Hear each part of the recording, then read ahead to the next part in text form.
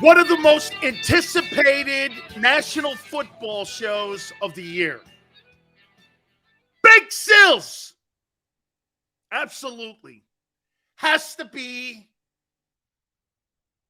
one of the most anticipated shows that we're going to do today.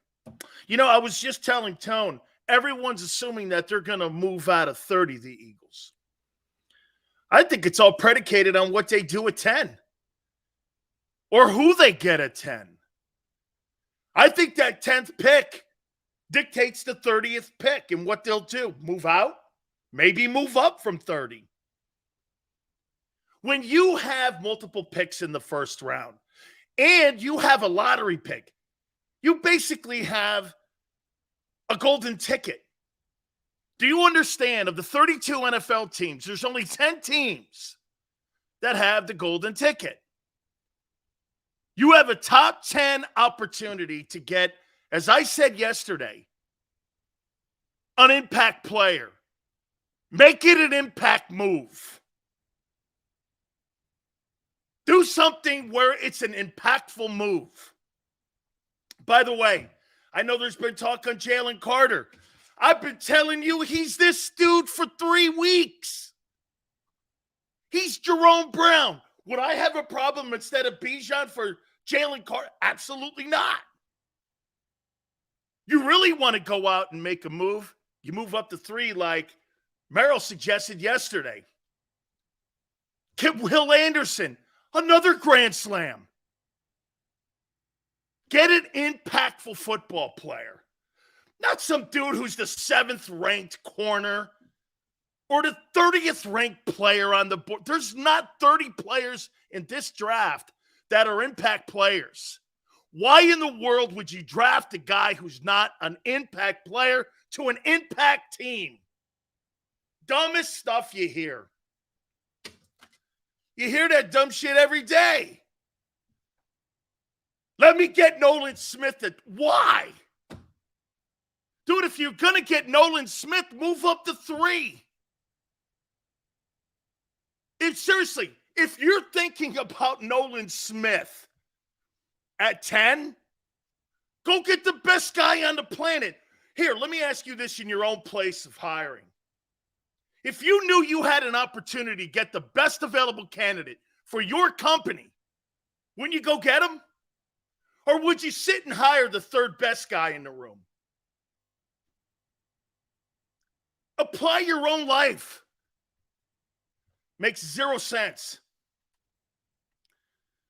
Makes 0 sense. I hear people are like, well, Sills, you really think the organization is thinking about Bijan? You know why you think of Bijan Robinson at 10? Because he's the best player in the draft. He's the best player. Wait, here. Let me go get Nolan Smith at 10 and pass on the best player in the draft. Well, that's not really a giant need position. Yes, it is. Your guys in the backfield are dudes, and you know it. You stroke those guys like those guys are Brian Westbrook. They're not Brian Westbrook. They're not even Miles Sanders. Give me a break.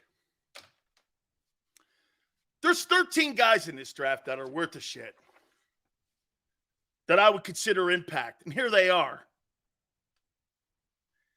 C.J. Stroud at 13. Okay, I'm going to put him there. You know what's funny? I was watching Greg Cosell do one of the most insane reviews of C.J. Stroud, and guess what he was doing? He was playing against Michigan State. Not one guy in that secondary at Michigan State will be drafted in the first 2 or 3 rounds. And those windows were so wide open.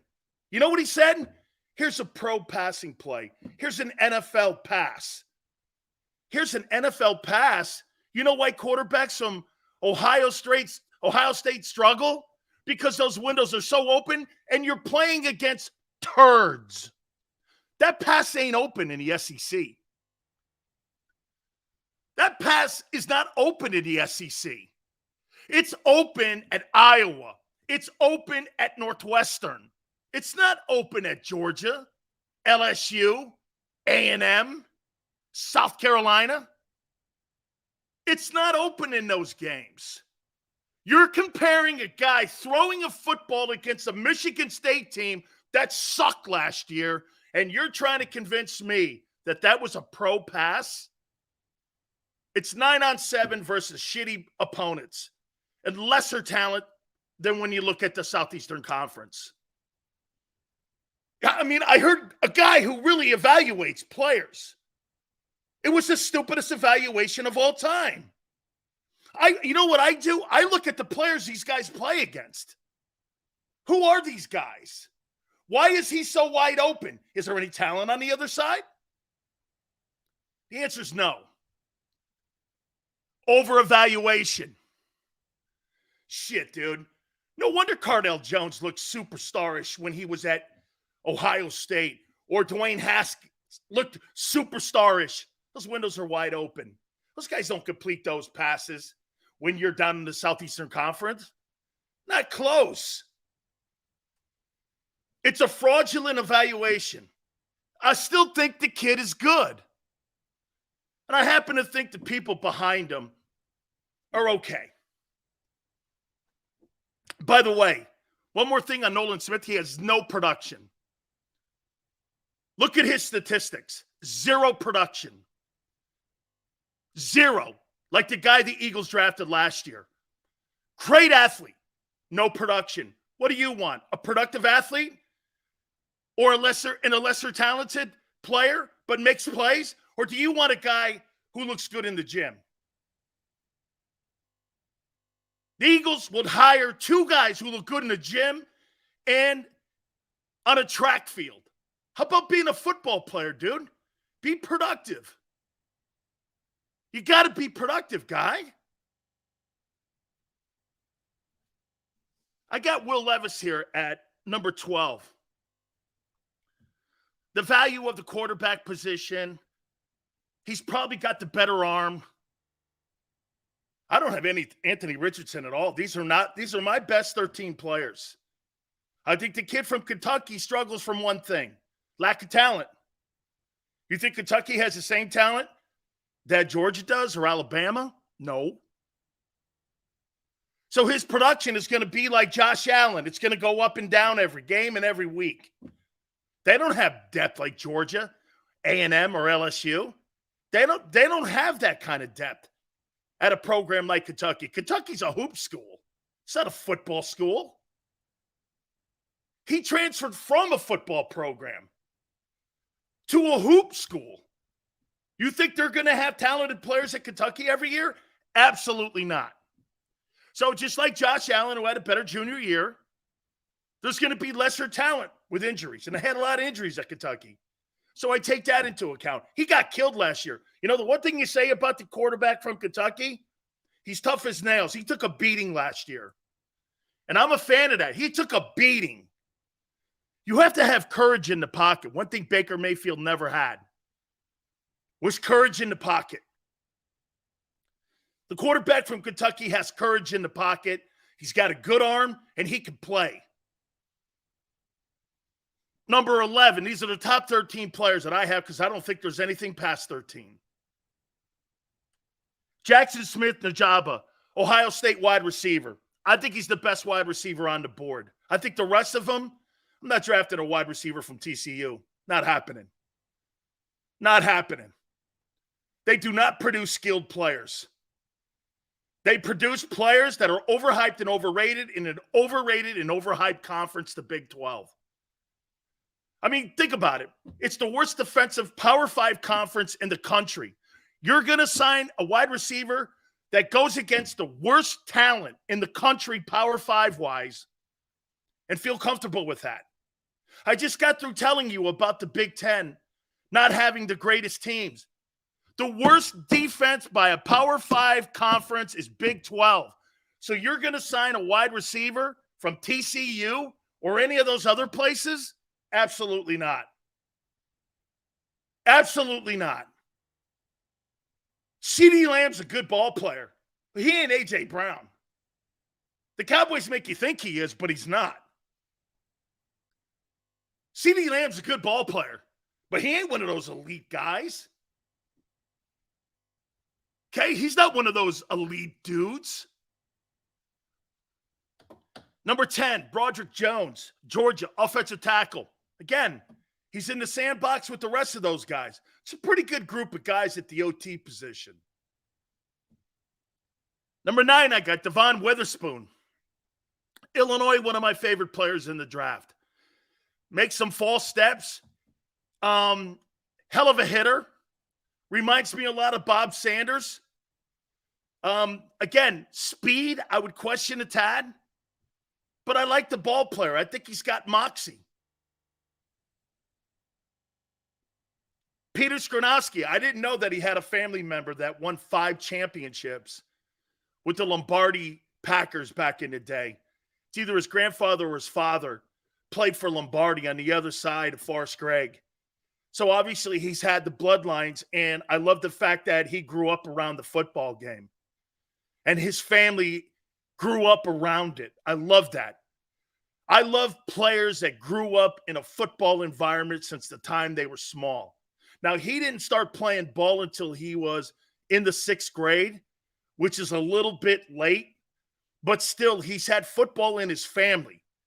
His grandpa, thank you, Neil, his grandpa played for the Lombardi Packers and won 5 titles.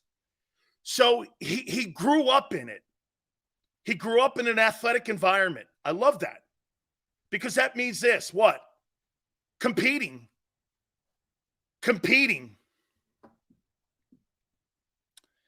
I got Bryce Young at 7. I think he's the best quarterback in the draft. And quite frankly, I think he's the second best offensive skilled player in the draft. He's a heck of a football player. And you know what's getting in the way of his success? You looking at the body and not looking at the body of work that he's put together. Bryce Young has put together a body of work that's greater than Joe Burrow did. His body of work is better than Joe Burrow in what he's done in college. The only thing that's different is his body. I've got to go with the body of work.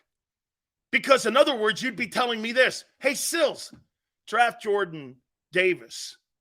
Even though he's the bigger athlete and the faster athlete, and don't take Jalen Carter because Jalen Carter's the more productive guy. You got to take production over body. And I'll say this to you. So what? Bryce Young lasts 5 years and gets a devastating injury and he doesn't last 10 years. If he delivers you a Super Bowl, what do you care? If he only plays 6 years and delivers you a Super Bowl and blows his knee out, was it worth it? Would it be worth it? Yeah. Yeah. Number 6, Christian Gonzalez. Transfer from Colorado to Oregon. Had a great conversation with Mario Cristobal last night about him. He said, look, we were looking at him. He's a fabulous talent. He's got great feet, separation, and he's a lot like, get this. So here's somebody to look at. He's got Darrelle Revis in him. And Darrelle Revis had a technique. What did he do? He mugged you down the sidelines. Now, you're not able to do that as much in today's NFL because they frown on that. But you know the one thing he does? He's one of those guys that uses the sideline as a defender, and by the end of the route, the guy's out of bounds or close to having no room to have the pass completed to him. He's got great field awareness.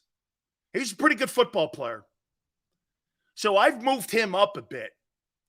And I got Christian Gonzalez at 6. These are the 13 best players, in my opinion, in my view. We're also going to look at the draft. And again, where the Eagles sit at 10, you don't know what you're doing. You have kind of a litter of players that you're going to choose from. But you don't know where you're going yet until you see what the quarterbacks are going to do. See, the quarterbacks are going to dictate the entire draft. I think Arizona's also, and I think Houston Could also flip the draft upside down a little bit. Here's your top 5. Paris Johnson is a better player than Skrzyňski. He's a better player. He's a more versatile player. He's big as hell, great feet, play him inside or outside, and he is a perfect Jeff Stoutland guy. I would not be upset if that guy was taken by the Eagles. He's large, he's enormous, he's got great awareness, he's an earth mover, and he fits right into that offensive line that the Eagles have constructed. You're talking about another 6'5" guy. That's, again, it's more of a safe pick, but it's a pick that has relevance. Why? There's an open position at right guard right now. And you could slug him in, and in my opinion, he would be in the Pro Bowl. You got 2 opportunities to draft Pro Bowl players here.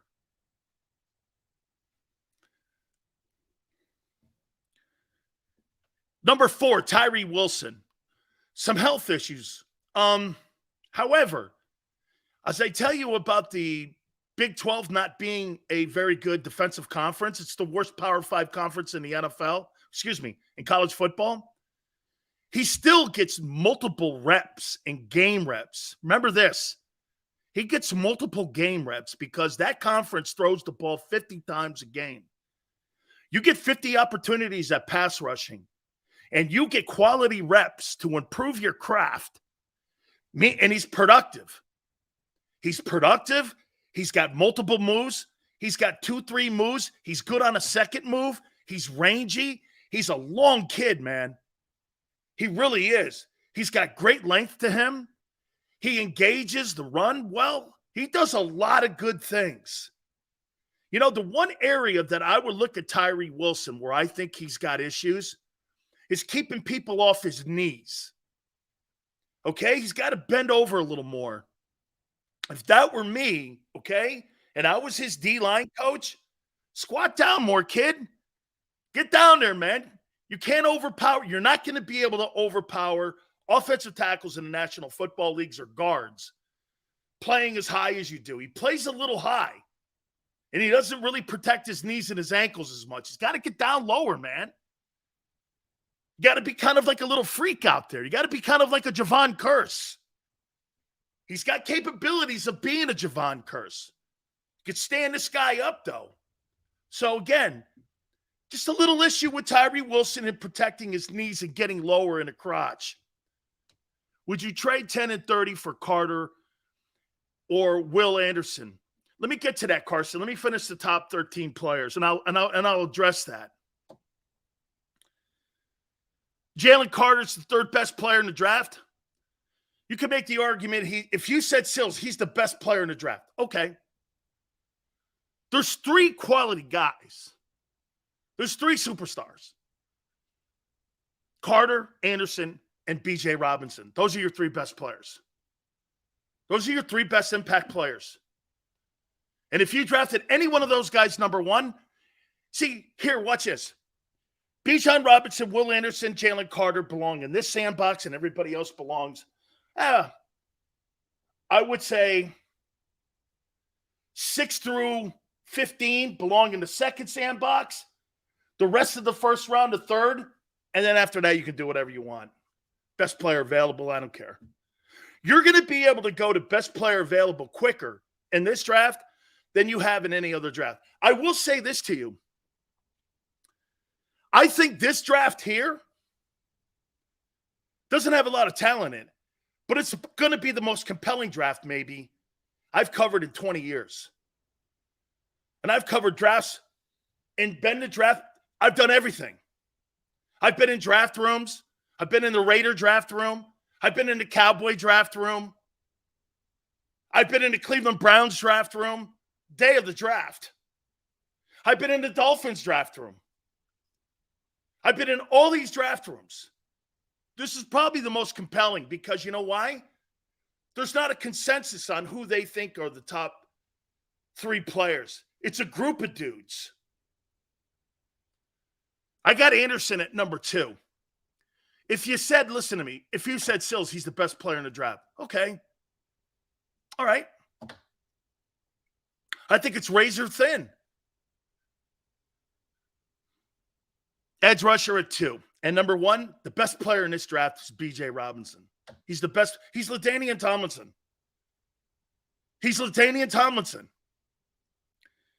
I'm going to give you some comparisons to these 13 players, okay? Bijan Robinson, LaDainian. Will Anderson, Cornelius Bennett. Jalen Carter, Jerome Brown. Tyree Wilson, probably a Javon Curse. Paris Johnson, Landon Dickerson. I think he could be a Landon Dickerson.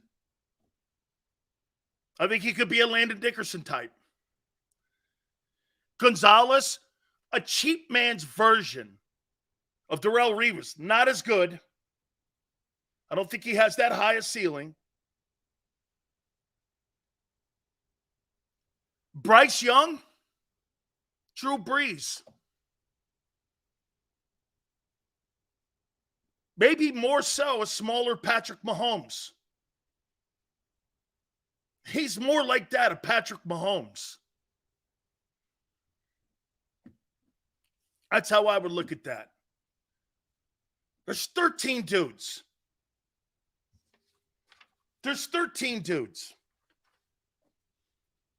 And so when you start talking to me about non-impactful players at 10, okay? And for the record, sure, we mentioned it yesterday, the depth at corner.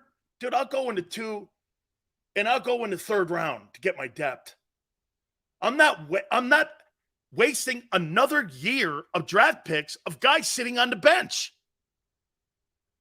The Eagles' entire draft last year, with some play from Jordan Davis, made 0 impact on your football team a year ago. 0, not even in special teams. Okay? Quan, Bijan Robinson, Edgerrin James. Well, Edgerrin James is a Hall of Famer. He's a Hall of Fame player. Got an impactful position. And you know what? I hear people go like this. Well, the Eagles don't value the running back position, but yet they value the running game. Put that in your thought process. This is not what they do. This is not what they do. It is exactly what they do. The Eagles start with the run game. When anyone tells you the Eagles don't value the run game, that's crazy. And they have been able to be cheap at that position for a long time. And when it matters the most in critical games against Kansas City, your running back was gone. Where was Miles Sanders in the Super Bowl in the 4th quarter? I mean, you could have put that guy's face on a milk carton. You could have put that guy. And can you imagine Jalen Hurts and Bijan Robinson in control of the Eagle run game? And AJ and Devontae and Dallas Goedert. And by the way, this guy's an amazing pass catcher. He would improve a shitty screen game that you don't have. So wait a minute, let me get this right. He would improve your passing game. He would make those windows open for your wideouts more. Just listen to this. Just listen to where I'm going with you here. So he would take some of the carries away from Jalen, not production. He would make he would impact the wideouts in their windows that would be open. He would improve your screen game, and he would improve your run game. We're not talking about drafting a running back. We're talking about drafting a dual threat running back. Why not put a dual threat running back with a dual threat quarterback? How does that not make sense? You would have 2 dual threat players in the backfield.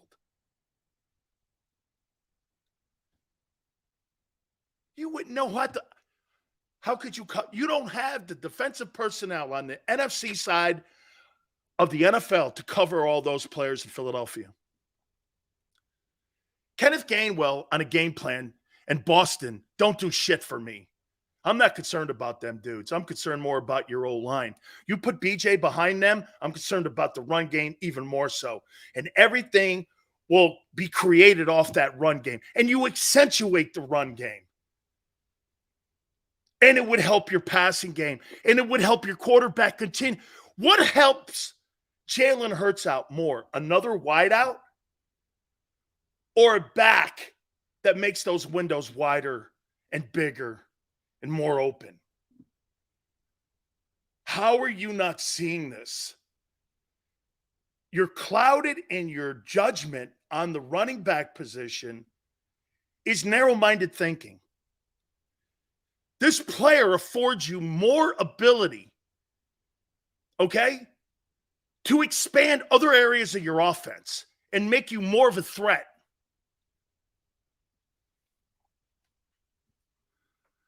I don't know if he's going to be there at 10.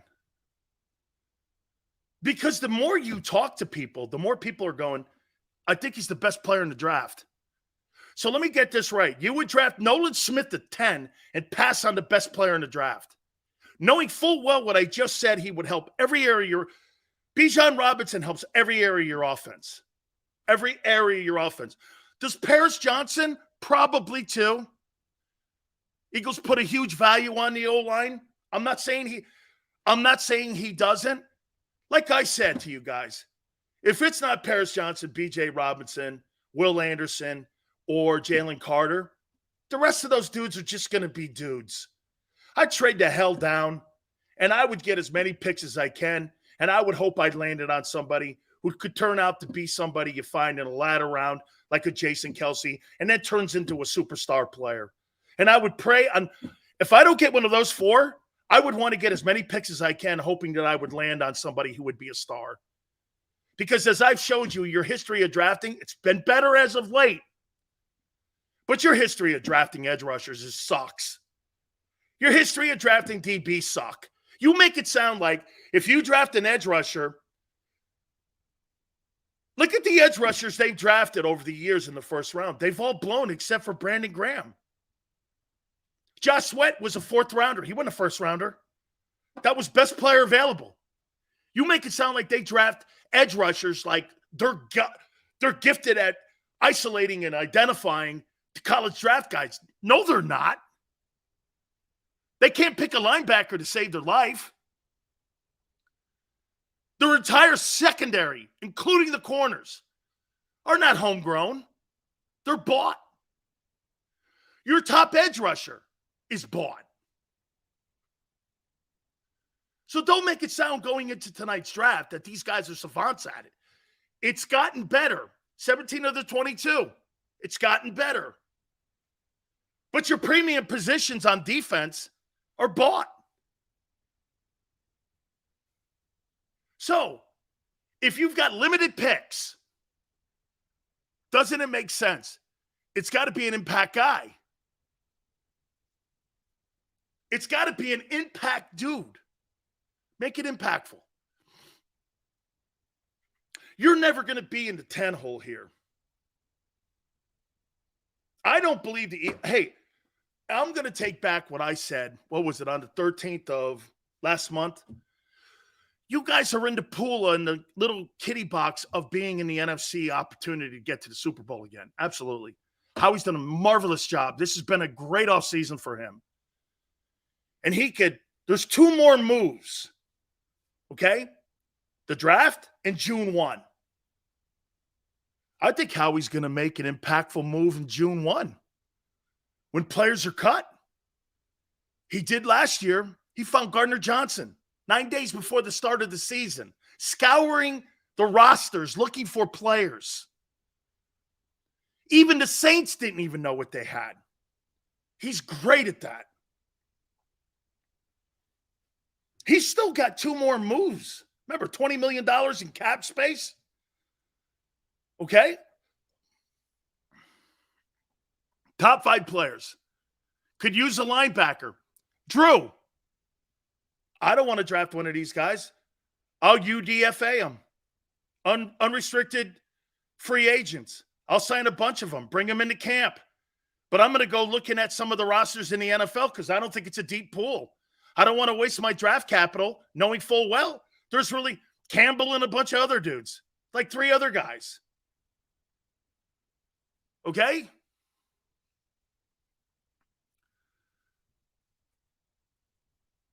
So let Howie, I feel more comfortable with Howie going on a roster in Seattle, finding a linebacker that you have on a practice squad. I'd rather sign a practice squad linebacker right now than I would draft a linebacker out of this group. Look at the moves Howie made. He knows the linebacking core is what? Weak. Got the kid from Chicago. By the way, the kid Morrow, after the 3rd round, it's probably better than anything you could draft. Smart move.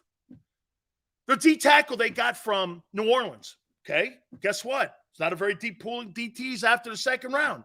Good move there. He knows there's nothing in it. He's scouring the rosters. He's great at that. There's no doubt about that. There's no denying that. Okay? Yeah, Bijan, Will Anderson, Jalen Carter, Paris Johnson, Tyree Wilson. Tyree Wilson, again, the only problem I have with Tyree Wilson, I don't think he protects his knees. I don't think he bends over and squats over as well, and that's why you see some injuries with him and lower extremity issues that he has because he can't keep guys off his knees. NFL, it's a technique league. You're going to have to play better, son. You're going to have to play better. Okay? He's a good football player, but when you get to the NFL, these guys are technicians with power and speed. The biggest thing that you have to understand when you get to the NFL, you can't overpower people. Everyone's strong. Everyone's enormous. Everyone. But not everybody is a technician. Remember when we had Stink on? Stink's talking to you about how he prepared for a play, let alone a game, a play. He went on a 15-minute diatribe about one play, timing, knowing what the quarterback does going in his 7-step. Where is he in the pocket? All that. One play. He was breaking down for you. That's what's the difference between the college game and the pro game. Everything is about technique and execution. You know, that's why offensive guys, you know why it takes longer for offensive guys to develop more so than defensive guys? Think about this. 11 guys have to get their technique and their play down to a T. Jason Kelsey has to take a flat step so that the linebacker can't come in, so he can slip and scoop. You got the guy, Lane Johnson, getting out to the outside, making sure that the defensive end doesn't set the edge. You got your backside guard, Landon Dickerson, coming across, taking a flat step, making sure nobody gets down in the middle in there, and you got Mulata giving him a false read. And then you got everybody has to make a play on offense. Everyone has to do their job. On defense, 10 guys could screw up. One guy get in the backfield, make a play, play's over.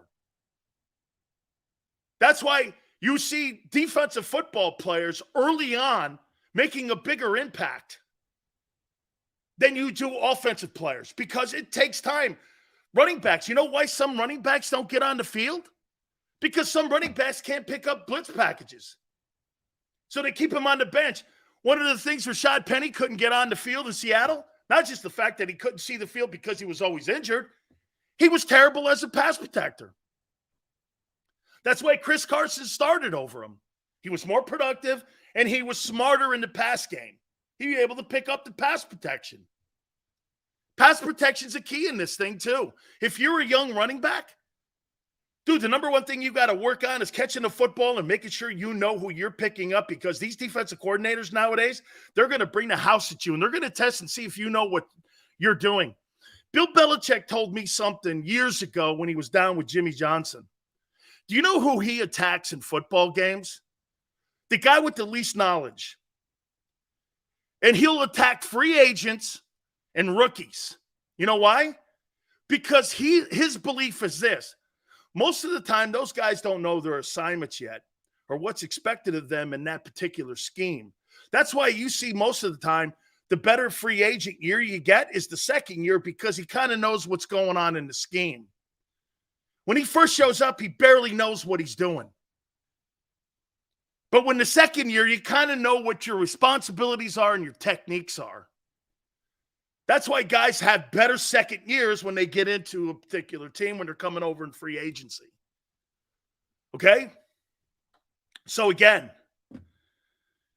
this whole draft is going to come. By the way, Keith Byars is going to join us at 4:30. He is the last running back ever drafted by the Philadelphia Eagles in the first round. And by the way, he was the 10th pick. How appropriate to have Keith Byars on talking about impacts of a running back. 4:30. Now, the key to this draft for the Eagles is obviously that 10th pick. Because in my opinion, the 10th pick dictates what you do at the 30th pick. People keep saying, well, they'll trade out of the 30th. Not if they trade down from 10. How do you know that? They may trade that pick. Mike Hawk, AJ Hawk's brother, a solid linebacker we can take. I'll wait for him to be a free agent. Again, I'll say this to you. Whether he's a 6th or 7th rounder or a free agent, there's no difference. They're in the same sandbox. You name me. When you said he's AJ Hawk's brother, I immediately went, nah, it's all right. I'll get another guy free agent. Because you're looking at the back of the jersey instead of the player and his production. Pretty good player. There's going to be a ton of pretty good players that are going to be unrestricted free agents when the draft is said and done, like you did with TJ Edwards. TJ Edwards was a UDFA, undrafted free agent. Now he's making $7.5 million. They didn't waste any draft capital on him. That's what I want to do again. This is not a deep pool of linebackers, so I'm going to go and get a guy with a UDFA. I don't care. I'm not wasting a draft pick because I have limited. I've got to try to fill holes with 6 picks, maybe more if they trade the 30th. Okay? Maybe more. All right. The key is this. I wrote the list down of all 31 teams that are picking. And we did this exercise before. And now, as we're here on draft day, we need to look at it here because Carolina. Now, let me say this to you. I've heard Carolina's also. They were also a week ago in the process of thinking about trading for Lamar Jackson. And I talked to Frank about it. Frank said they explored everything. He said the draft capital's too much, and I really like a guy. Now, he wouldn't tell me which one that he likes. People are throwing Will Levis out there or Will Levis. Get this. Agents are going to be throwing this information out, and so are general managers because they're trying to take you off the scent of what they really want to do. Could Carolina put an edge rusher there at 1 on the other side of Brian Burns? No, I do not believe that. I think they're taking a quarterback. Okay? I think they'll take the quarterback. They have been a headless organization since Cam Newton fell apart. They need to get a quarterback in the building. Frank needs a quarterback. They need a quarterback. I'm going to show you something that is has tentacles back to the Philadelphia Eagles. Watch this. Look at what your guys have done. Look at what people that have worked in the Eagle organization have done. Andrew Berry, former Eagle executive. What did he do? He got his quarterback, Deshaun Watson. Joe Douglas, former Eagle executive. What did he do? He got his quarterback, Aaron Rodgers. Howie just signed his quarterback to a $255 million deal. These guys know it all starts there. Those general managers who worked at the NovaCare Center know it starts there. Where did Frank Reich have the most success? Okay? Philly.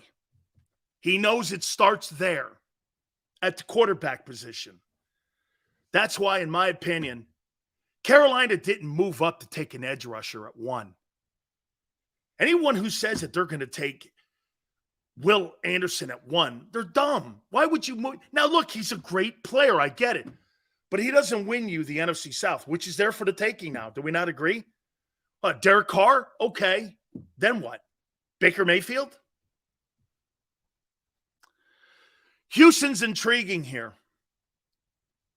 The McNair family, in my opinion, you think taking CJ Stroud is something that they would be in line for? No way. I think they take the Kentucky quarterback here with the second pick.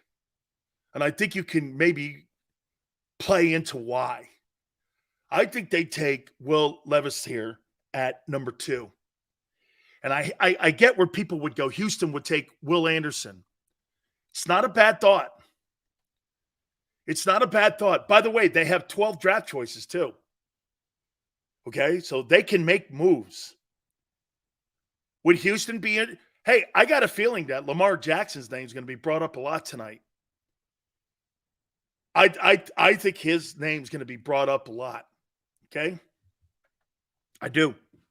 Would Houston, with all the assets that they got from Cleveland, would they send him over to Baltimore for Lamar Jackson?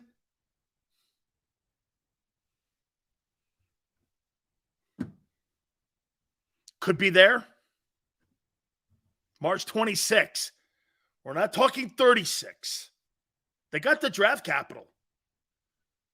Okay? Maurice goes, Sills, this draft is overrated, loaded with overrated quarterbacks. Overhyped, overdrafted, overevaluated, all of it. I think it's a shitty group of guys. Hey, I never said they were good. I said this is where these guys are going to try to make chicken shit into chicken soup. Oh, I completely agree. I think these quarterbacks outside of Bryce Young, I think they're bums. Anthony Richardson with a 51 completion percentage in the Southeastern Conference, you think that improves in the NFL? Really? You do? I don't. That was like telling me when Sam Darnold was a turnover machine at Southern Cal, I went, those too many turnovers in the Pac-12. You think that's going to improve in the AFC East? It didn't. You are what you are, dude. That guy will never be able to hit the broadside of a barn. He's a bigger version of Justin Fields. And whatever you think of Justin Fields, if you think Justin Fields is a franchise quarterback, more power to you. I don't. I think he's kind of that kind of guy. And he won less games. Well, because Field was in a lesser conference. I look at Anthony Richardson and go, you know what, though? I'll tell you this about Anthony Richardson here in a second here. Arizona, interesting. Dude, you better have a ton of draft choices to give me for me to move off of Will Anderson. Now, if I'm Howie, I think you call your boy Jonathan Gannon up and you go, I'll give you 10 and 30 for that guy. I'm not giving you any more. I'll give you 10 and 30. If you want to throw Buda Baker in, let's do it. I don't know. Does that sound like a fair trade? Here's 10 and 30 for the third pick and Buda Baker. Would you do it? You get Buda Baker and the third pick, and you give the 10th and 30th up. Would you do it? Put Buda in your secondary, you put a position player back there, and you get Will Anderson as your edge rusher at 6'4.5". Man. Dude. Okay? I mean, you think your defense has improved? Shit, you may have a better defense than last year. I think Rosenhaus has made it known that Carter wants Philadelphia. He does. Hey, Tone, can you put Arthur's super chat up? I didn't read all of it. If you could for me there. I think Rosenhaus has made it known Carter wants Philly. Yes. He looks up to Davis, and his interview with Clark all but predicted. Agree, Sills? I think Davis has a lot to do with it, Arthur, but I think Tracy Rocker has more to do with it. Why? Because he recruited him. Tracy Rocker knows that man's mom and dad. He had to go into his home and recruit him. He had to go in there and know. He coached him. He knows all nuances. So when a player says he wants to play in Philly, yeah, you want to play with your boys, but you want to play for a coach that's got your back. And playing for Tracy Rocker is probably more of the significant part of this. And the fact that the Eagles, funny how the Eagles work, huh? They work kind of like cloak and dagger a little bit. They interviewed the defense coordinator before they hired Sean Desai.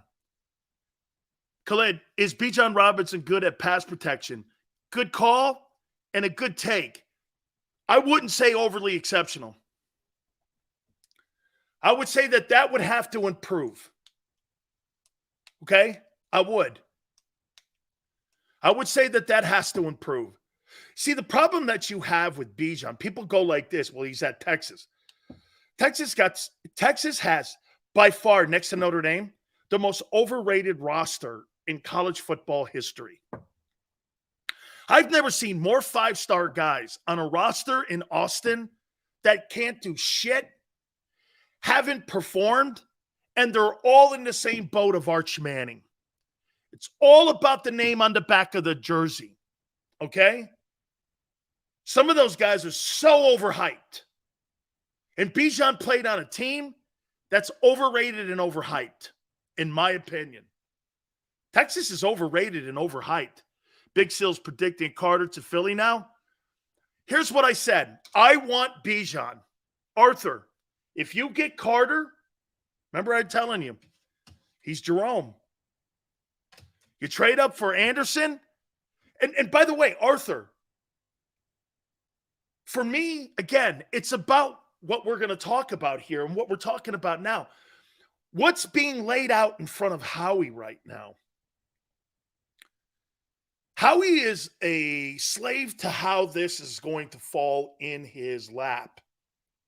When he gets to 9, he's going to, when he gets to 8, he's probably going to have actually, I would say this. Once the draft picks fall, at 3, he'll have a decision to make.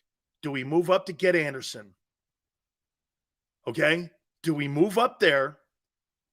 And if everybody's in consensus, he may. Because he knows there's one of the chips that can make our football team better. And he's a wild guy.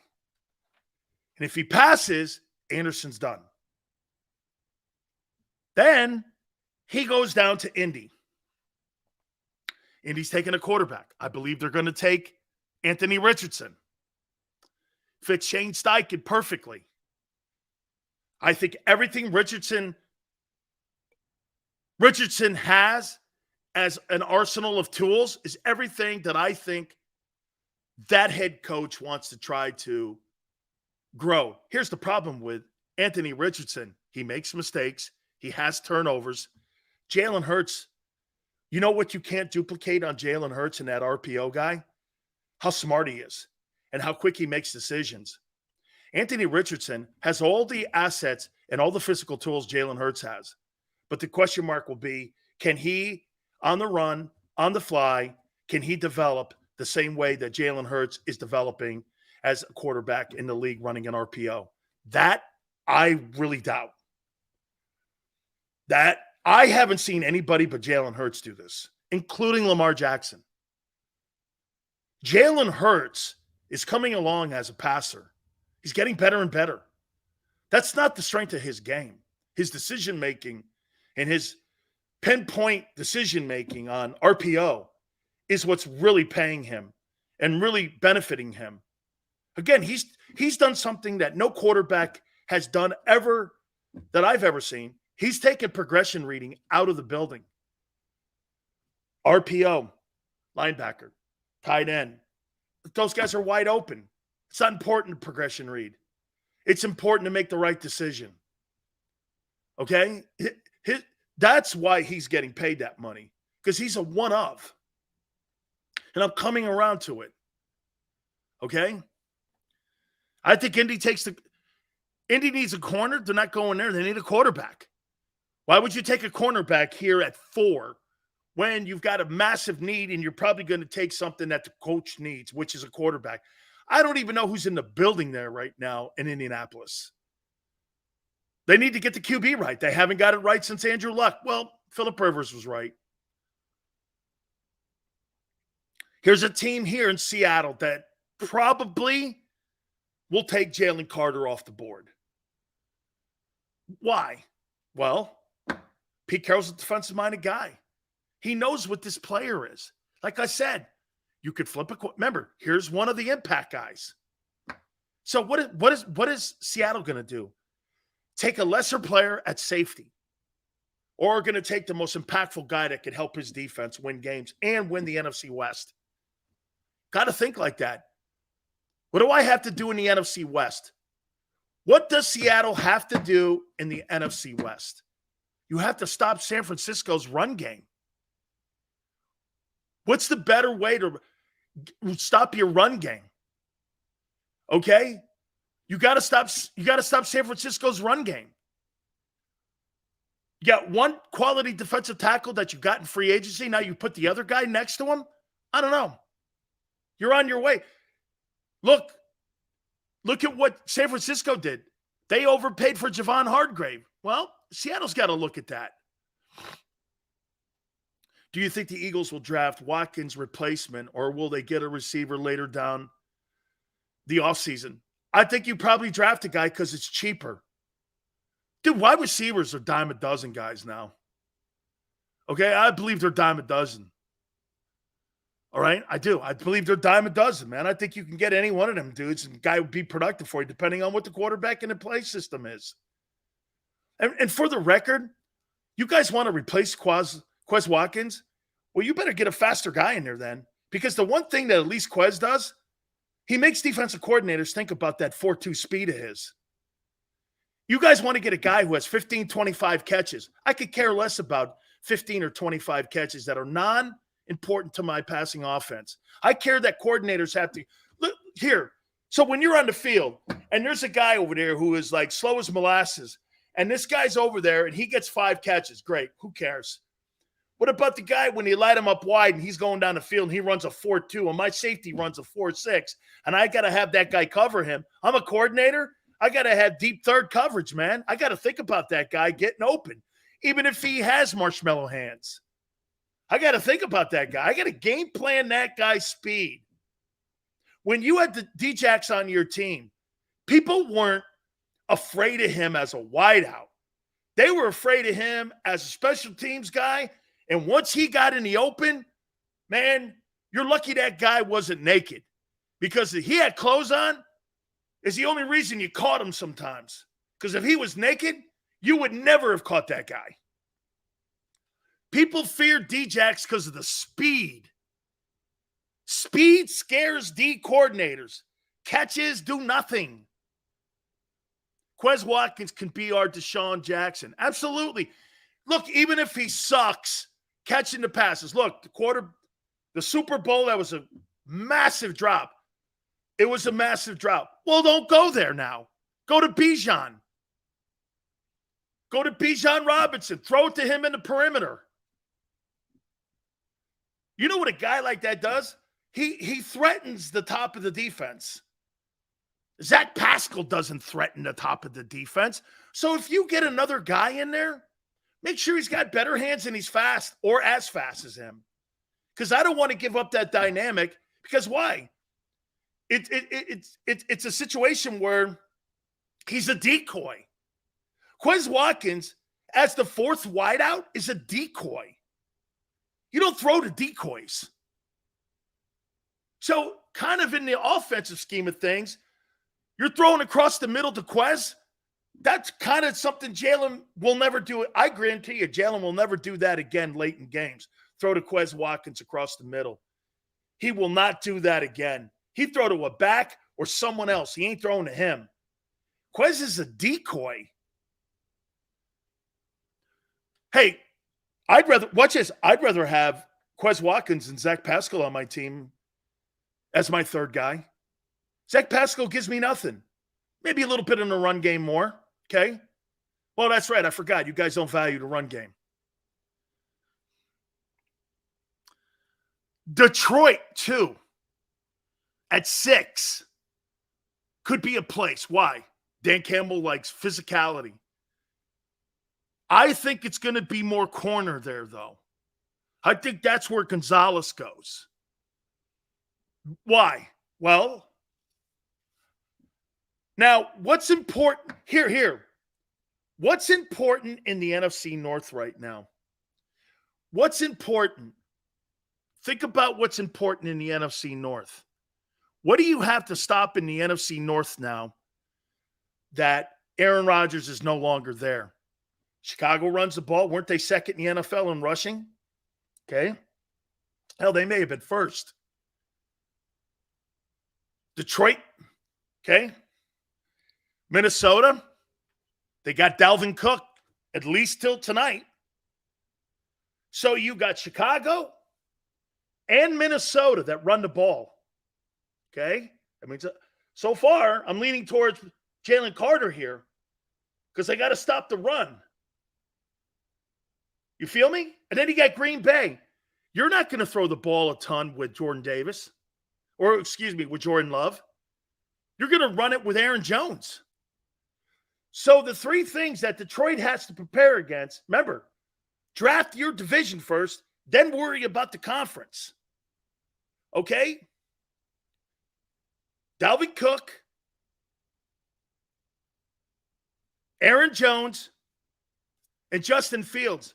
All 3 of those teams, Chicago, Green Bay, Minnesota, all start off of play action. Jalen Carter's my guy here. So now 2 of your impact guys are gone. 2 of your impact guys are gone. Will Anderson's gone to Arizona. And now your sandbox is getting a little bit smaller for Howie as we're moving down to 10 here. Howie's running out of impact guys. Tyree Wilson's still there. Could he replace Brandon Graham? I told you some of my concerns on him. He lets old linemen get to his knees a little too much. If you watch him on film, they could chop block him. They could get to him. He plays with his head up. Got to be down a little bit more, but better coaching will help that. He's a very talented kid. He's got 2 pass rush moves, long as hell, and he can play the run. And he sets the edge pretty well for a big guy. He's a talented kid. And some of those injuries, again, are from guys getting into his knees. Dude, when you play in the NFL, guys like Jason Kelce will cut that guy, will scoop that guy. If you're not in a position to defend yourself, Jason Kelce would destroy that guy if he doesn't understand coaching. So he's got to get a little bit more coached up, in my opinion. Okay? I think Detroit takes Jalen Carter. Las Vegas. Are you okay with Jimmy Garoppolo, or are you going to go C.J. Stroud here? The Raiders love to throw the ball deep. It's been a mantra of theirs since Al Davis has owned the team. And the McGraths were the partners to Al Davis when Al was the managing general partner. This has always been a mantra. Throw the ball deep. Always been that way. Always will be that way. And to me, if it's not an offensive tackle, to me, it would be a quarterback, and it could be Stroud going here. I'm not as high on Stroud. I don't know if they are. But probably either Stroud or one of the tackles. Vegas needs a corner. Vegas has needed a corner for a decade and a half. Okay? For a decade and a half. They've never been able to get guys on the ground. Jimmy Garoppolo could be a bridge to something, but get this. I think that bridge is in next year's draft, not this year's draft. I think the quarterbacks are better next year. I feel more comfortable with the quarterbacks next year, the kid from UNC, the Southern Cal kid. I think there's better quarterbacks next year than this year. I think these guys, I see a lot of Zach Wilsons. Okay? I see a lot of Zach Wilsons in this draft. Just a lot of Zach Wilsons. Atlanta. Could Atlanta? Again, Detroit with Carter, it's either Carter or Gonzalez. In my opinion. It's Carter or Gonzalez. You got CJ back there in the slot. Gonzalez at the corner. But again, when you play in the NFC North, you got to stop the run. So what makes sense to me? There's not arms in the NFC. I got to stop the run. I got to stop San Francisco. I got to stop the division. Then get this. If you're Detroit, look at what you got to think about if you're Brad Holmes, the general manager. Okay, follow me here. Okay, what do I have to stop? Dalvin Cook, Aaron Jones, Justin Fields in my own division. Then outside of my division and in the conference, I got to stop Jalen Hurts and I got to stop San Francisco. All dominant run teams. Jalen Carter makes sense to me here. I play a corner. What's the corner going to do? Who's he playing against? Kirk Cousins? Dak? I mean, I need to stop the run. I got to stop the run. Chicago. Chicago is a wreck. I mean, their philosophy makes you question where they'll go. I have no idea. I really don't. Because their offseason moves have been pathetic. You get rid of a quality player in Roquan Smith. You turn around and you sign two less than players for more money combined. And you think you won that? Where? How? How did you get better on defense with lesser players? Why? Because you cut it down the middle? You didn't put a value on the linebacker position? Okay, well, you better have the front four the Eagles have. You see, Howie can play the Morrow, the Nakobe Dean game, and the lesser players at linebacker. Why? Because his corners are great and his front seven's great. Howie's got the best defensive line in the NFC East. The Bears don't. The Bears have none of that. So if you're going to be a guy who believes, well, I'll tell you what, we'll cut that $100 million into two players and we'll play two players. Okay, well, who's your front four? The Bears are a wreck in the front four. So you have nothing in the front four there. Now, if Carter's there, would they take him? Yeah, but here, so you take Jalen Carter with question marks, with zero leadership in that Bears organization, and everybody that you've drafted has been a train wreck for the last decade and a half, except for Roquan. I mean, the drafting by the Bears has been atrocious. So you're going to take a problem guy instead of taking something that would help your quarterback. You got to help Justin Fields, man. Help him. Get him a lineman. Get him a I would feel okay if you made – look, if the Bears even got him a wideout, I'd feel okay. You've got to make moves to find out whether or not that kid can play ball for you. It's the only way. I'm going to stop at Chicago and I'm going to come back at Philly. Don't forget, Keith Byars is going to join us. And we're going to start with Philly at 10. We'll recap a little bit here. It's draft day. I'm going to tell you something else, guys. Howie doesn't know what he's doing right now because you know why? He's got to wait and see what people do in front of him. I'm not saying he doesn't have a game plan. He's probably got 7 of them. But he's got to wait and see how it all plays out in front of him. Hit the like button. Hour 2 coming up. Go to get your game on. Go for the beers. Go for the cheers. Go for the hit and the hits. Go for the stakes and the stakes. Go to get your parlay on. Go to get your party on. Go for the scene. Go for the screens. Go for the gallery. Go for the win. Go to Ocean. Visit theoceanac.com to plan your visit. When it comes to the fight against insurance companies, large corporations, and the healthcare industry, injured victims are always the underdog. But that doesn't worry us. At Messa & Associates, we're an injury law firm from Philadelphia, and we come to fight. Our clients know that they've got representation with a chip on its shoulder, and it's the same chip that makes Philly the toughest city in the country. Call 215-568-3500 or visit us online at messalaw.com. Messa & Associates, the toughest injury firm in Philadelphia. Heading down the shore, have a ball once more. Here, imaginations run wild and time stands still. Because here, you can find the best of the Jersey Shore, all on one 5-mile island. So leave the old you behind and get lost in the woods. Wild, wild, wild days.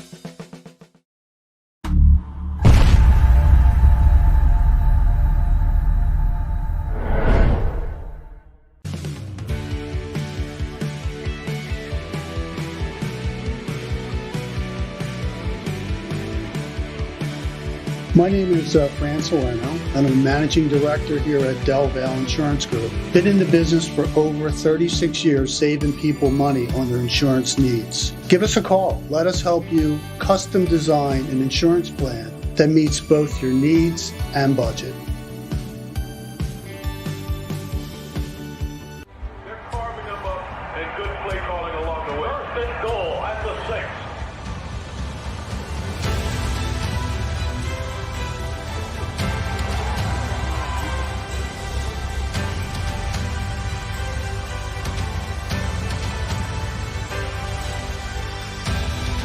On the field of life, First Trust Bank is there for you. Champions on 3. 1, 2, 3. Because Philadelphia dreams deserve a Philadelphia bank.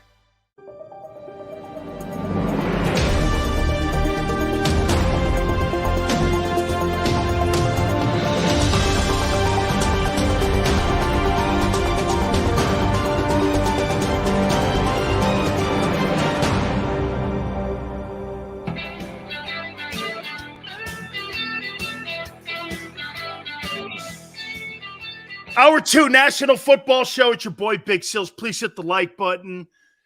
We're going to be efforting Keith Byars in this hour. We hope to talk to the former Eagle running back who was taken in the first round, the last running back taken by the organization, and he happened to have been the 10th pick in the draft. I will say this about what the Packers have done with the Jets. Congratulations now. For the first time in 30 years, the Packers are the worst team in the NFC North with no shot at winning the Super Bowl.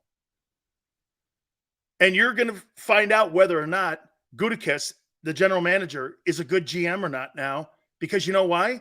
Everybody could be a good GM. We're going to find out if Matt LaFleur is really a good coach. Because once you don't have Brett Favre and you don't have Aaron Rodgers anymore, we're going to find out how good these coaches are. Look at what's happened to Belichick. If it could happen to Belichick, you don't think it's going to happen to Matt LaFleur? If you don't have the quarterback position figured out, there's not a chance in hell you win in this league. You can't win without a quarterback. You can't. So now the Green Bay Packers, with all the media haters, with the anti-vax and Rodgers is a liar, guess what you got now? You got a gigantic question mark at quarterback. And when you go into a season with uncertainty, because let's put this out there with the Packers. If the Packers were so sure when they drafted that guy in the first round at a Utah State, don't you think they'd have moved off that guy 3 years ago before they gave him that brand new contract that next year they got to pay him $107 million in New York? Don't you think they would have moved off that guy?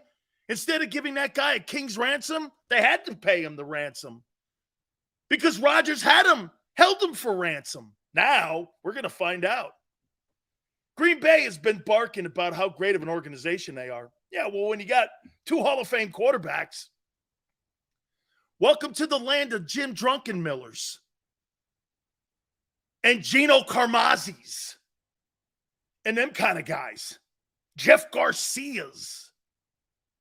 Congratulations. I think they finish in last place in the NFC North. Matt LaFleur could be fired, and that guy could have a 650 win percentage.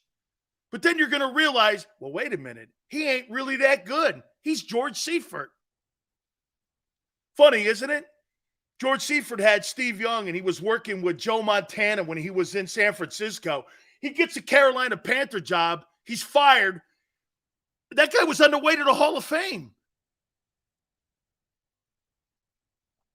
Okay?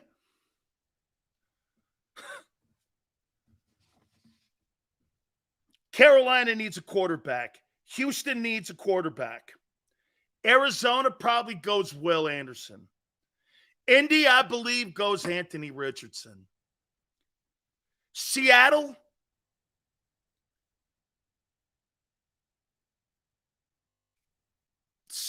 or Detroit, I think that's where your Jalen Carter goes. Somewhere there. And probably Seattle. Detroit probably go corner with Gonzalez. Or reversed. Gonzalez goes to Detroit and Carter goes to, or Gonzalez goes to Seattle and then Carter goes to Detroit. Both places have to stop the run. Remember, always recruit and draft to your division first, then your conference. The NFC is a run conference. No matter what you think, all the top teams are run teams. All the past teams are in the AFC. Just the list of quarterbacks tells you that.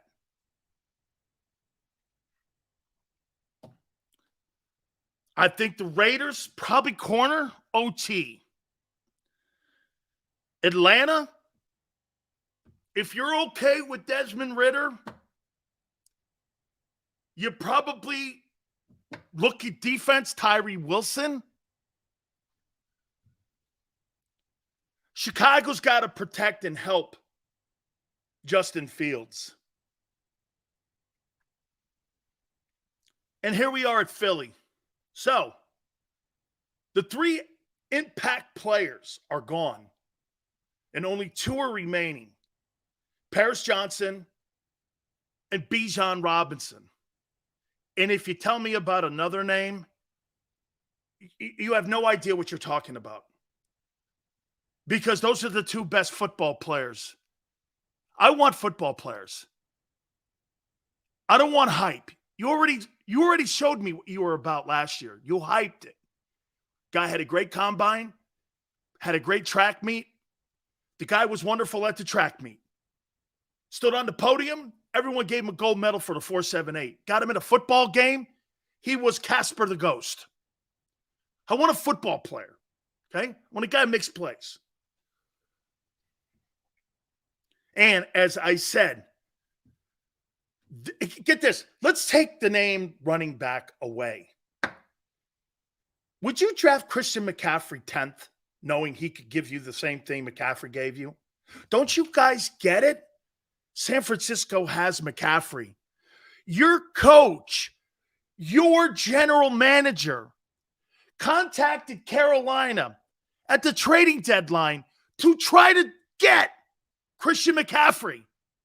You've got Christian McCaffrey with less picks and less money. He's a $20 million guy.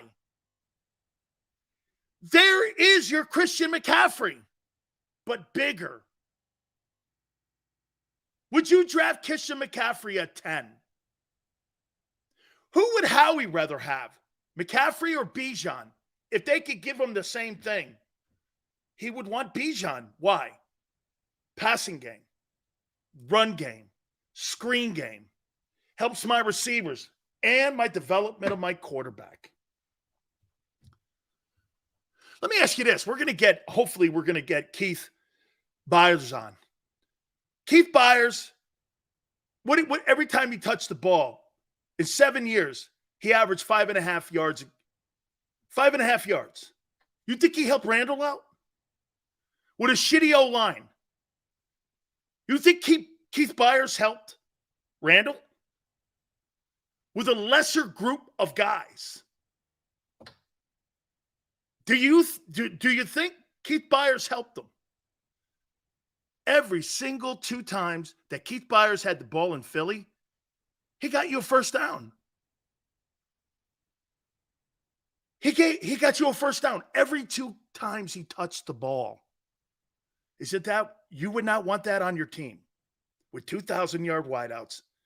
The potential of your tight end being a 1,000-yard guy and your quarterback could be a 4,500 passing guy with less carries. And you talk about dual threat, he'd be the ultimate dual threat. But you want to draft Nolan Smith or Miles Murphy. Okay. That's why the Eagles don't have a great track record of drafting. Lately, you do. But that's why you don't have a really good one, especially on the defensive side. You're not very good over there. I mean, who's the biggest star you drafted on defense in the last 20 years? Who would you say? Last 15 years, who you drafted on defense? That's a superstar player. Fletcher. Who else? Who else? What other player outside of Fletcher Cox in the last 15 years have you drafted that was a superstar player? You can't name one. You're not good on that side of the ball. You know why? You guys keep telling me you don't value the running back position. Well, you don't value superstars on defense either. But you win. But you win. Because he's great in other areas, the GM. Okay? Last 15 years, dude. Try to add up. Okay? They don't draft stars on that side. They win because they don't value that side of the ball that much. I'm not saying they won't pay. They do. But they ain't going to overpay. Bye, CJ. Bye, Javon. Bye, TJ. Let all them dudes walk. Let all them dudes walk. Okay? Now let's take a look at, look. Tennessee OT, Houston probably wide out at the 12th pick, their second pick. They may trade out of that. Shit. If you feel that comfortable, maybe what Philly does, they trade with Houston. Houston goes to 10. Philly goes to 12 and takes Bijan there. Takes him there at 12. And Howie gets more picks in the second or third. I'm good with that. I don't think Dallas would jump up to 11 from 26 to get ahead of them. Someone else might, though. Look, Robinson is the outlier player here. Everyone knows he's the best player in the draft. Do you know what every general manager is trying to do with B.J. Robinson? They're trying to get him at a lesser value than where they're sitting, especially if you're in the top 10. Because many of you are right. Howie doesn't want to give a top 10 pickup for him. He'd rather give a lesser pickup for him. And that's why I'm saying, those of you that want BJ, if I were you, I would hope that Will Anderson and Jalen Carter go sooner and higher. Because the only other guy out there, the only two impact guys that I would pick would be Paris Johnson and BJ. The rest of them, Tyree Wilson, if he's there, I would have to seriously think about him too. Okay? So you think Dawkins was drafted in the last 15 rounds, huh, Bobby? Really? You think he was drafted in the last 15 rounds, Dawkins? I think Carter's either going to Seattle or Detroit. That's where I think he is. Dawkins was drafted in 96, my friend. 96.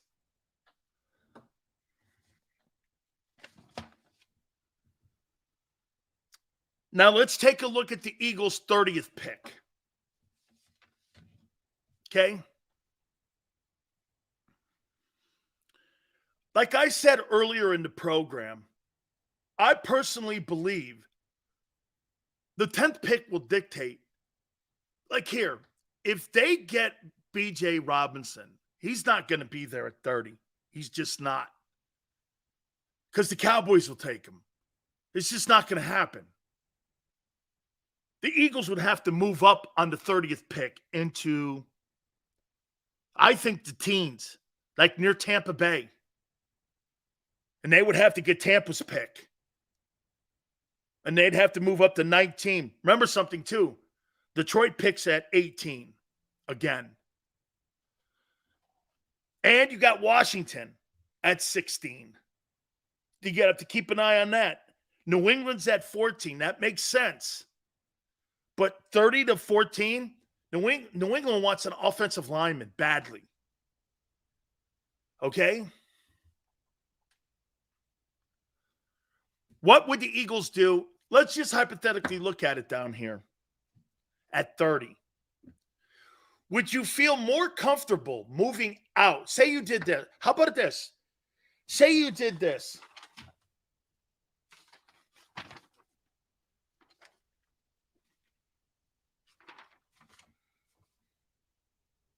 What if you come away with this draft and you came away with this draft with this?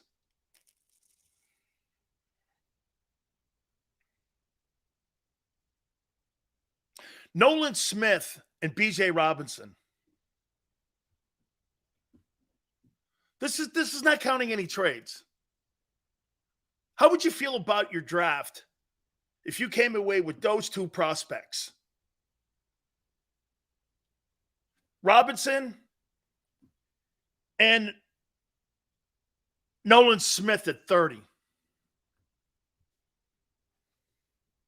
How about Joey Porter at 30? Depth.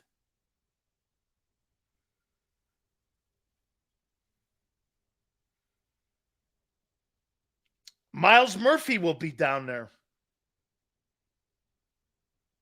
Wouldn't it be funny if Howie Roseman drafted Jack Campbell, a linebacker and a running back, with those two picks and went against complete conventional wisdom and everything they've ever done? Do I think they'll do that? No, I think they would rather move out of that pick. I'm just going to tell you here, that 30th pick, it just seems to me, man, it would be more productive to get the hell out of that thing if I got my guy at 10. My dream draft would be the Birds draft Bijan at 10 and Kalijah Kancey sitting there for the Birds at 30. He's a good player. And as I said to you yesterday, this is the reason why he's down at the bottom end of the draft, 2 inches. Because if he was 6'4", he'd be in the top 10 too. He's a good football player. He's productive. And by the way, why do you love the school he's at? Look at all the superstar players that have come out of Pittsburgh. Pittsburgh is a factory for the NFL. Darrelle Revis, who was the wide receiver that played in Arizona all them years down there. He played at Pittsburgh. Bill Fralick, Jimbo Colvert, Dan Marino, Chris Dolman, Hugh Green. Aaron Donald, Larry Fitzgerald. I mean, the list, Tony Dorsett, Curtis Martin. Pittsburgh is a factory for the NFL. They don't win as many games. Personally, in my opinion, I think they put out more players and more superstar players than what Penn State does. If you put, who's the best quarterback in the history of Penn State? Kerry Collins? I got Dan Marino. Who's the best running back? Well, I got two, Curtis Martin and Tony Dorsett. You have who? Let me guess. Saquon Barkley and Franco Harris. Wide receivers, Pittsburgh. Larry Fitzgerald, okay. O-lineman, pretty close there. But you got Fralick, Jimbo Colvert.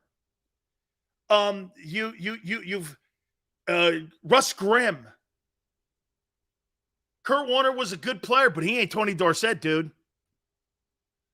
There's two Hall of Fame backs I can name for you in Pittsburgh. You don't have two Hall of Fame backs. You got a Heisman Trophy winner, too, in Dorsett. Okay? Pittsburgh produces way more talented players.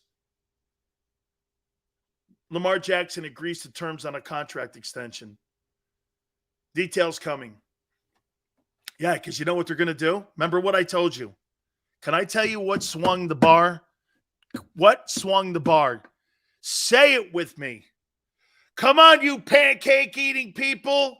You heard Big Sills yesterday. Come on, you pancake-eating son of a bee. Say it with me.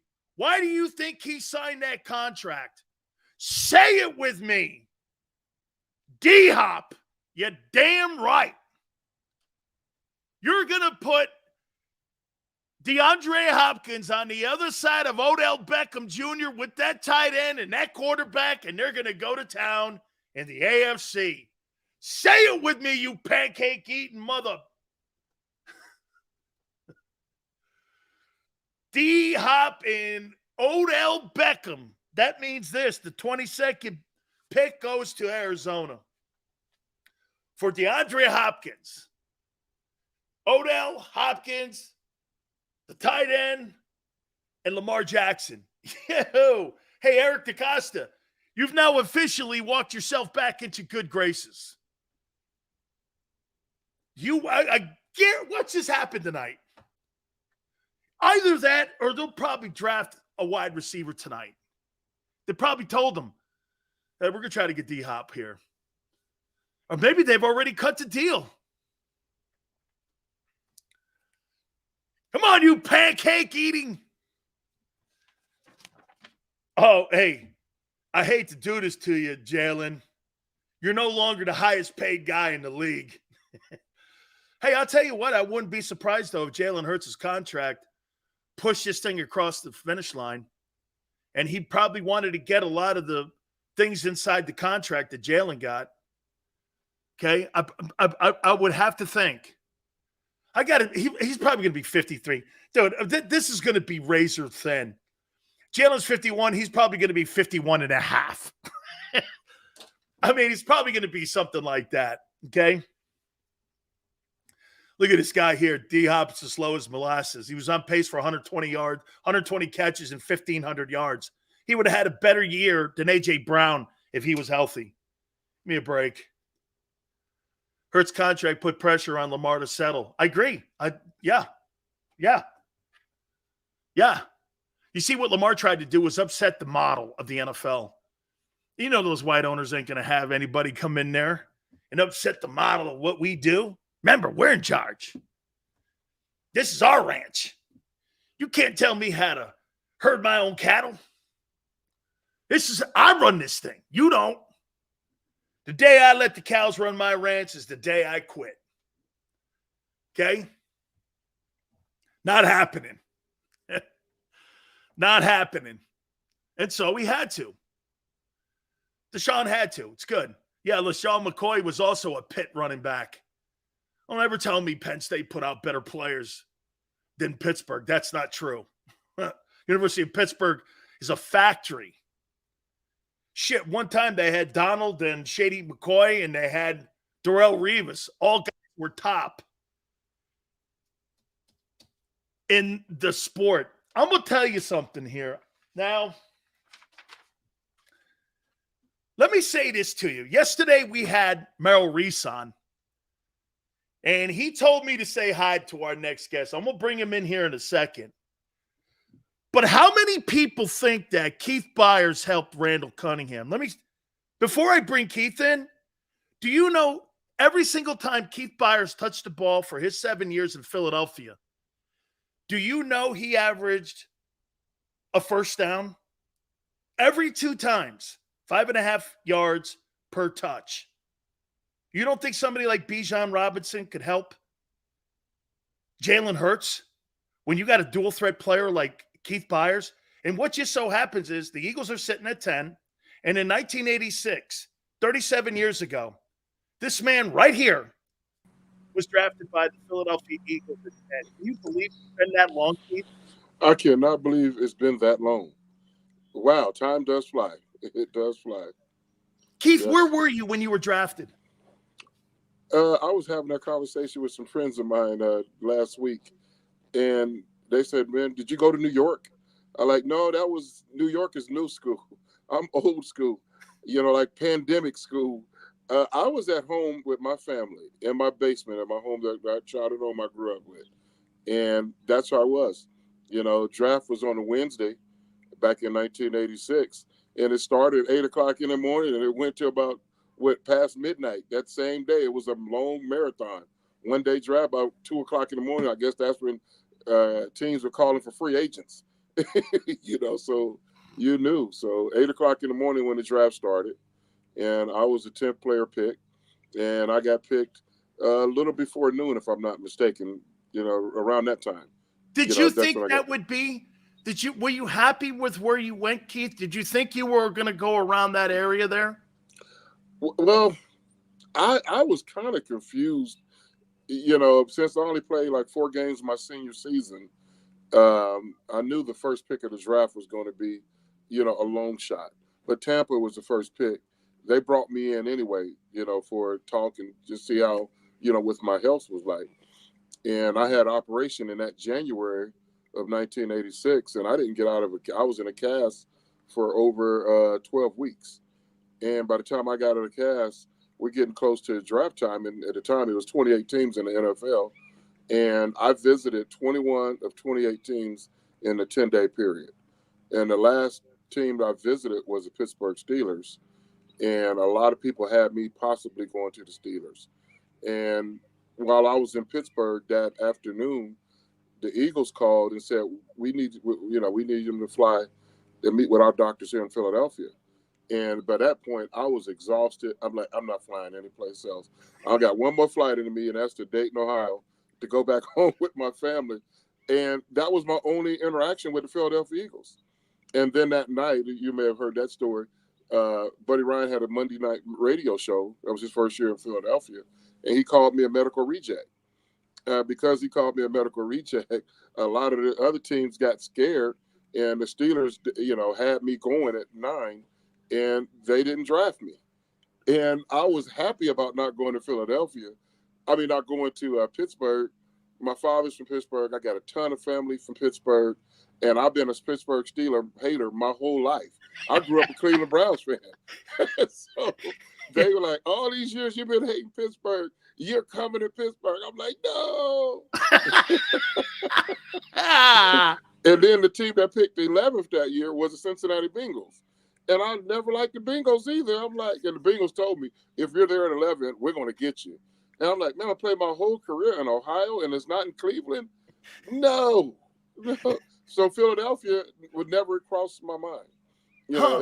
And then only time I heard from Philadelphia after that was on draft day. The Eagles called me when they were about the 3rd or 4th pick of the draft was going on. The Eagles called, and they said, well, if you're still there at 10, would you have a surgery? We want to bring you in, and if we draft you at 10, we want to insert a pin in your foot, to make sure you have any more problems. And I was like, no, I don't want no more surgeries.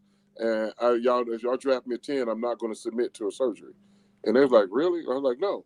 And so they said, okay, fine. They hung up the phone, and my mother and father looked at me, especially my father. You know, he was sick at the time, and he passed a year later. And he was like, Keith, you sure about that? I said, Dad, I don't need any more surgeries. I've been praying about it. You know, my father was a preacher. I said, Lord said, I'm not going to need any more surgeries on this foot. And he was like, I trusted my faith. And then my father was like, okay. You know, Keith, some people don't realize, man, if you don't have to cut on me, you ain't cutting on me, man. No. Exactly. You were not right, Dan. It was you and Bo then, right? It was you and that was you and the Bo Jackson. And when that whole fiasco went down with the Buccaneers and they lose that pick because Bo told them. So it was that's why you probably visited a lot of places. Correct. Because it was between you and Bo, right? Exactly. You know, Bo said, I'm gonna play ball. He didn't say what kind of ball. He said ball. Football or basketball or baseball. You know, so that's why they wanted to see where I was. And, you know, when I had visited Tampa, I was like really newly out of a cast. I mean, I'm not even running yet. So I didn't even start running until like June. You know, I'm just able to walk without a cast, off crutches and everything else. Were you ready to go for the start of the 86 season? Yes. I got cleared the week of the first game. I had no preseason game, no practices other than the week of the first game. And I started the first game of the season. Okay, Keith, I need your input here. I want Bijan Robinson at 10, where you went at 10, and I say this is why. This is why I say it. I want to hear you. You helped the passing game, the screen game, the run game. You helped Randall, and with a better O-line like Jalen has, this guy is not just a running back here, Keith. Tell me what your belief is. Do you think the Eagles should take Bijan at 10? Ooh. I think they should, but would they? I don't know, because you drafted a running back early already. He just left. It just went to Tampa. I mean, just went to North Carolina. Carolina. Miles Sanders. So do the Eagles? And he had 1,300 yards last year and 11 touchdowns. Coming off a Pro Bowl season, you have a running back. So do the Eagles value one guy that much? I don't think they do. They more running back by committee. So if you draft Bijan Robinson, are you going to commit to him to play 3 downs? You know, the first rounder, I would hope so. I mean, and you still have Boston Scott on the roster. You just Rashad Penny. You got Gainwell. You got Gainwell there too. Oh, you're still going to do running back by committee, even though they did that last year and it worked out. Miles Sanders still had 1,000 yards, but this guy's special. I mean, it's still running back by committee. If I draft Bijan Robinson, he has got to snap, be in there for 80% of the snaps. But what kept you in there, Keith? Tell me if I'm wrong here. What kept you as 3 down was your catching ability and your the way that you were able to be part of the passing game. This guy's a hell of a receiver, and the Eagles have really no screen game whatsoever. Doesn't that help also the passing game when you put a guy that has a great ability to be able to do what you did and be you were kind of a dual threat guy, and you could play anywhere on the field all 3 downs. Right, and he would have that ability to do that too. And when you're able to do that, you're dictating to the defense more so than the defense dictating to you. Because Bijan Robinson, he would have to learn to block, but he can be taught that. So once he shows that he can block, oh my gosh, teams will be afraid to blitz because they don't know if they send that extra blitzer and he's the hot receiver. Now you got him in an open space with a little defensive back. He's gonna kill that guy. Whereas having a linebacker, more slated to cover him. But either way, he's gonna be the better athlete. It'll be the advantage, to the Eagles. So I would love the Eagles to draft him. But this is draft day. You're always a little antsy about which way teams are going to show their hand. But he would be a perfect Eagle to draft. Keith, how hard was it for you to pick up? Because you were so good in college, your junior year, that 1,700 yards and all that. I mean, just spectacular stuff. I mean, and then when you got to the NFL, you never came off the field. It was you and Keith and Chris Carter and all them guys. You had a shitty O-line, but you guys had such great players back there. Was it difficult to pick up the complex pass protection and what you had to do? Did that take a little bit more time than you thought it would when you had to pick up pass protection? Not really. It was easier for me because I've always been a student of the game. And because I had no training camp, the only thing I could do was take mental reps. So I had way more mental reps than anybody. I had no physical reps. So I was, always taught me when I was in college, Jim Tressel was my running back coach my junior year. Huh. And he had told me when he first got to Ohio State, he said, Keith, that first spring practice we went through, I don't know if you recall or not, but you had a lot of reps, more so than you should have done any other starter, should have got nothing starting running backs. He said, the reason why you got so many reps, when you wasn't in, you was asking me questions I did not know the answers to. He said, so after spring ball was over with, Earl Bruce was the head coach, brought Tressel in his office, and he said, you know why I brought you here? And he said, well, other than because he coached the quarterbacks and the running backs. And so Jim Tressel was like, I'm just happy to leave Syracuse and be at a big-time university, a bigger university than Ohio State. He said, it was because of Keith Byars. He said, Keith Byars wants to be great. And he wants a coach. He needs a coach that's going to help him be great. So he's going to be on you every day in your ear. So you have got to be prepared. And so Tressel said, I knew about the passing game. I didn't care much about the running game until I got it until I got, connected to you, and you showed me how important the running game is. So you made me as a coach go study the running game and see how important it is. And that's been one of the trademarks of Jim Tressel's, career, when he was still coaching. But so I've always been a student of the game. So if I got to the pros, I was learning. And so when I started the first game of the season, Buddy Ryan, we had practiced, we played in Washington the first game. And so at practice, Buddy was having me in there, and he was asking the coaches, did you know that? And they were like, yeah. He knows that too? Yeah. And I'm like, I'm supposed to know. I did it for free. I learned for free. Now y'all paying me? You think I'm not going to know? Of course I'm going to know this stuff. And so they had enough confidence, to put me in there. I got to tell you. I made no mental mistakes. I got to tell you a quick Ohio State story. So, man, my whole time in high school, I'm talking to Woody. And I didn't realize what a list he had. This is, we want to come and play here the half day. He goes, we did that. And then my sophomore year or my junior year, he gets fired for the Clemson thing. And I think this guy's name was Gary Hart. Some guy named Hart, Coach. yes. Gary Hart came to my school and he goes, we got your coach, Earl Bruce. And I'm like, yeah, man, I want to play for Woody, man. I wanted to play for Woody my whole dream was to play at the Rose Bowl and for Woody. And Woody called me up and he goes, I got to tell you, Earl's a sister for me. He did this. My grandfather's like, who is that? I go, it's Woody Hayes. He goes, he's got a lisp. I go, don't let that list fool you, man. This guy will shake the dentures out of your mouth. Very true. Very true. I mean, were you recruited by Woody? No. Well, yes and no. No. I was 4 years beyond Woody's last year. Okay. And so during the recruiting process, Woody Hayes called me. And the first time, he called me, my older sister answered the phone. And she said, Keith, it's Woody Hayes on the phone. I'm like, Woody Hayes? Right. Woody's not even a coach anymore. And he called, I answered the phone. And Woody Hayes' voice, can nobody imitate his voice other than Woody? And this is really Woody Hayes. And he's cursing me out. I get cursed out. Let me guess, you're visiting Michigan. Well, he heard about that visit, and he asked me, did I want to be great? And he said, yeah, what the hell are you doing going to Michigan? Why haven't you committed to Ohio State yet? Well, I haven't been to Ohio State yet. I got a visit coming up next week. Well, I want to meet you when you come there. Coach, I want to meet you. I would love to meet you. All the great players in Ohio stay in Ohio. They don't leave. And I got to meet him on my recruiting visit. We went to lunch. And I had Woody Hayes to my left and Earl Bruce to my right. I'm going to get myself out of frame.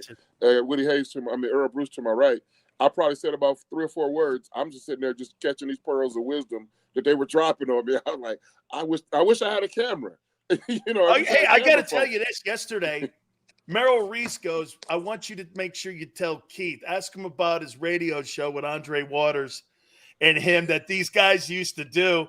they used to do this radio show in Philadelphia, and he goes, "It was an absolute hoot."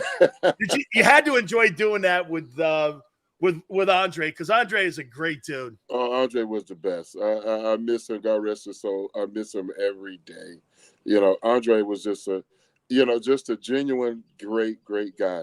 You know, I know his nickname was Andre Dirty Waters, but that was just on the field. Off the field, he was Andre Clean Waters. You know, living waters. You just love to be a part of that guy. How about Wes Hopkins? How about Wes? Oh gosh, Wild West. Just another, just a tremendous guy who I'm glad they was on my team. You know, I'm glad I got to play with them. Instead of against them. Just great memories. Keith, I want to show you this kid Jalen Carter that's coming out of Georgia. Oh, yeah. I've never in my 35 years ever done this. And I said that in my 35 years on the air, I said I've never seen a guy that I would compare to this guy right here. He's that kind of football player. And I said, if Jalen Carter's there at 10 also, would you draft Jerome Brown? And I've never compared a guy that I played 3 years next to. I've never done that. And to me, I know he's got some issues off the field. So did JB. We all did when we were young kids. We all did. And so, someone asked me about, well, the kid lied to the cops. I go, well, if I was speeding and the cop asked me if I was speeding, I would lie. Yeah. I said, so, because it would hurt my draft status. Smart people make dumb mistakes. Okay? Mm-hmm. Dumb people make good mistakes. You got to just go with it here. So if you knew there was Jerome Brown at 10, would you draft him? Ooh, that's a high bar. Jalen Carter and Jerome Brown. Ooh. Jerome went 9 now.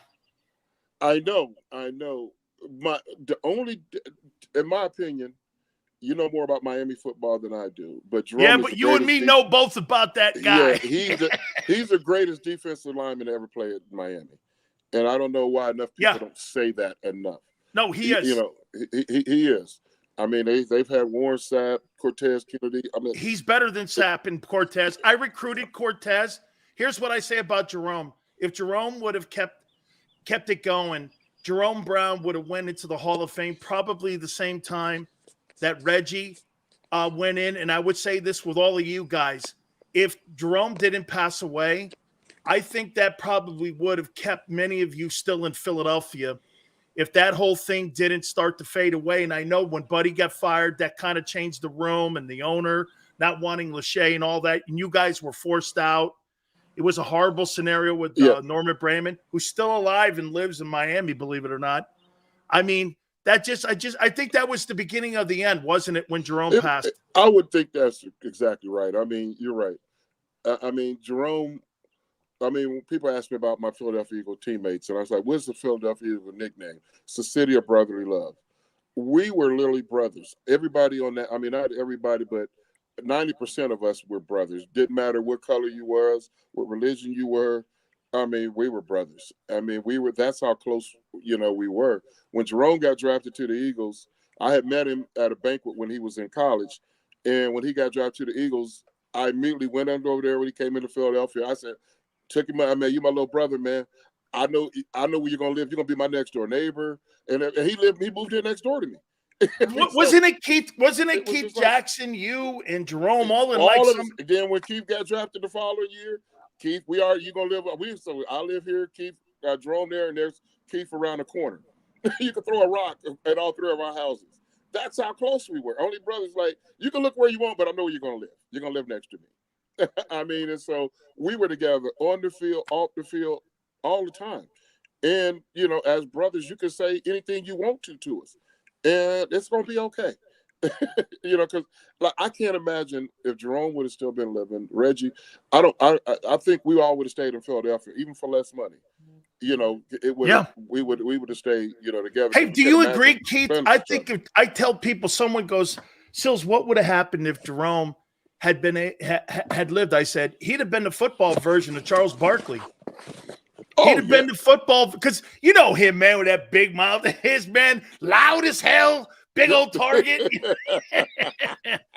Yeah, absolutely. He was like right there, right on the, after his 5th year. I mean, that 91 season would have been so, I mean, that 91 season was special, but 92 would have just been even bigger and better. Keith, do you feel that it was unfinished business with you guys there in Philadelphia? Oh, no question. Even to this day, it's still unfinished business. When the Eagles won the Super Bowl a few years ago, that was close to finished business. Even though I didn't get a ring, I felt a part of that team. Yes, finally, that monkey's off the Eagles. Philadelphia's back. They've won championships, but not Super Bowls. But I felt a part of that. I mean, and then when I went and played in Super Bowl 31 against Keith Jackson and Reggie White, I'm like, well, one of us is going to get a ring, today. Hopefully it's me. But, one of us is going to get a ring. And it was those two guys. And as hurting and disappointed as that loss was to me, hey, Jay got one. Seth got one. Seth Joyner, got one 2 years later. It's just, that team, all of us, deserved it. I mean, and that's what, Philadelphia brought us together, but it could never tear us apart. I mean, hey, we are 2 last still questions one. for you here. Jalen Hurts, what's your take on him? What's your feelings on what he has done? And I say this, and you could probably appreciate this. I had Jimmy Johnson on the other day, and I said this guy's Jamal Holloway that can throw. I said that's who basically he is. Remember, a lot of people probably don't know who he is, but exactly. I said this guy's Jamal Holloway can throw, right? Yes. I mean, and you look at, Jalen Hurts, 3 years. He got better every year. They put him in at the end of his rookie season. Oh, okay, we don't know what he's going to do. After that year, they say, hey, he's QB1. Okay, they make the playoffs. They lose in the first round, but you see improvement from year 1 to year 2. Now, last year's his 3rd year. We got 10-point lead at halftime of the Super Bowl. Wow. What more could you ask out of a player? You want to see them improve every year. What is year 4 going to look like? Hey, well, I don't know about what the team would do, but I'm expecting, Jalen to take another step, as a professional development of his quarterbacking career, take another step, get even better. I mean, where will he be at, by the year 10? I don't know, but I like the progress that he's on, and I'm glad the Eagles rewarded him with a great contract. I'm going to ask you this question, and it's not an insult to Ohio State, but I want to get your spin on it. In the 155 years, Ohio State has never produced a top-flight all-pro quarterback in that program's history ever. You guys have tremendous running backs, O-linemen, D-linemen, linebackers, corners, everywhere. Every position, there's a Hall of Famer in Canton, or there's an all-pro somewhere. Why at that position? And you even had Joe Burrow in the building, Keith, and you let the guy walk out the building to go to LSU and succeed. Why has that been always a struggling position for the Buckeyes to develop? I'm not saying they weren't great in college, but the guy, Arch Leister, Mike Tomczak, guy Craig Krenzel, I mean, those guys aren't elite dudes. Right. Well, that's a tough question. It's really, Well, define success. I mean, would you like? I wouldn't say Mike Tomczak wasn't a Pro Bowl quarterback, but he played a long time. I played against him. He wasn't a bad football player. Not at all. I'm not talking all pro stuff like you, Keith. I'm talking about elite guys like Orlando Pace and shit like that. Yes. My wife is believing I'm live on TV on the call. Thank you. Live.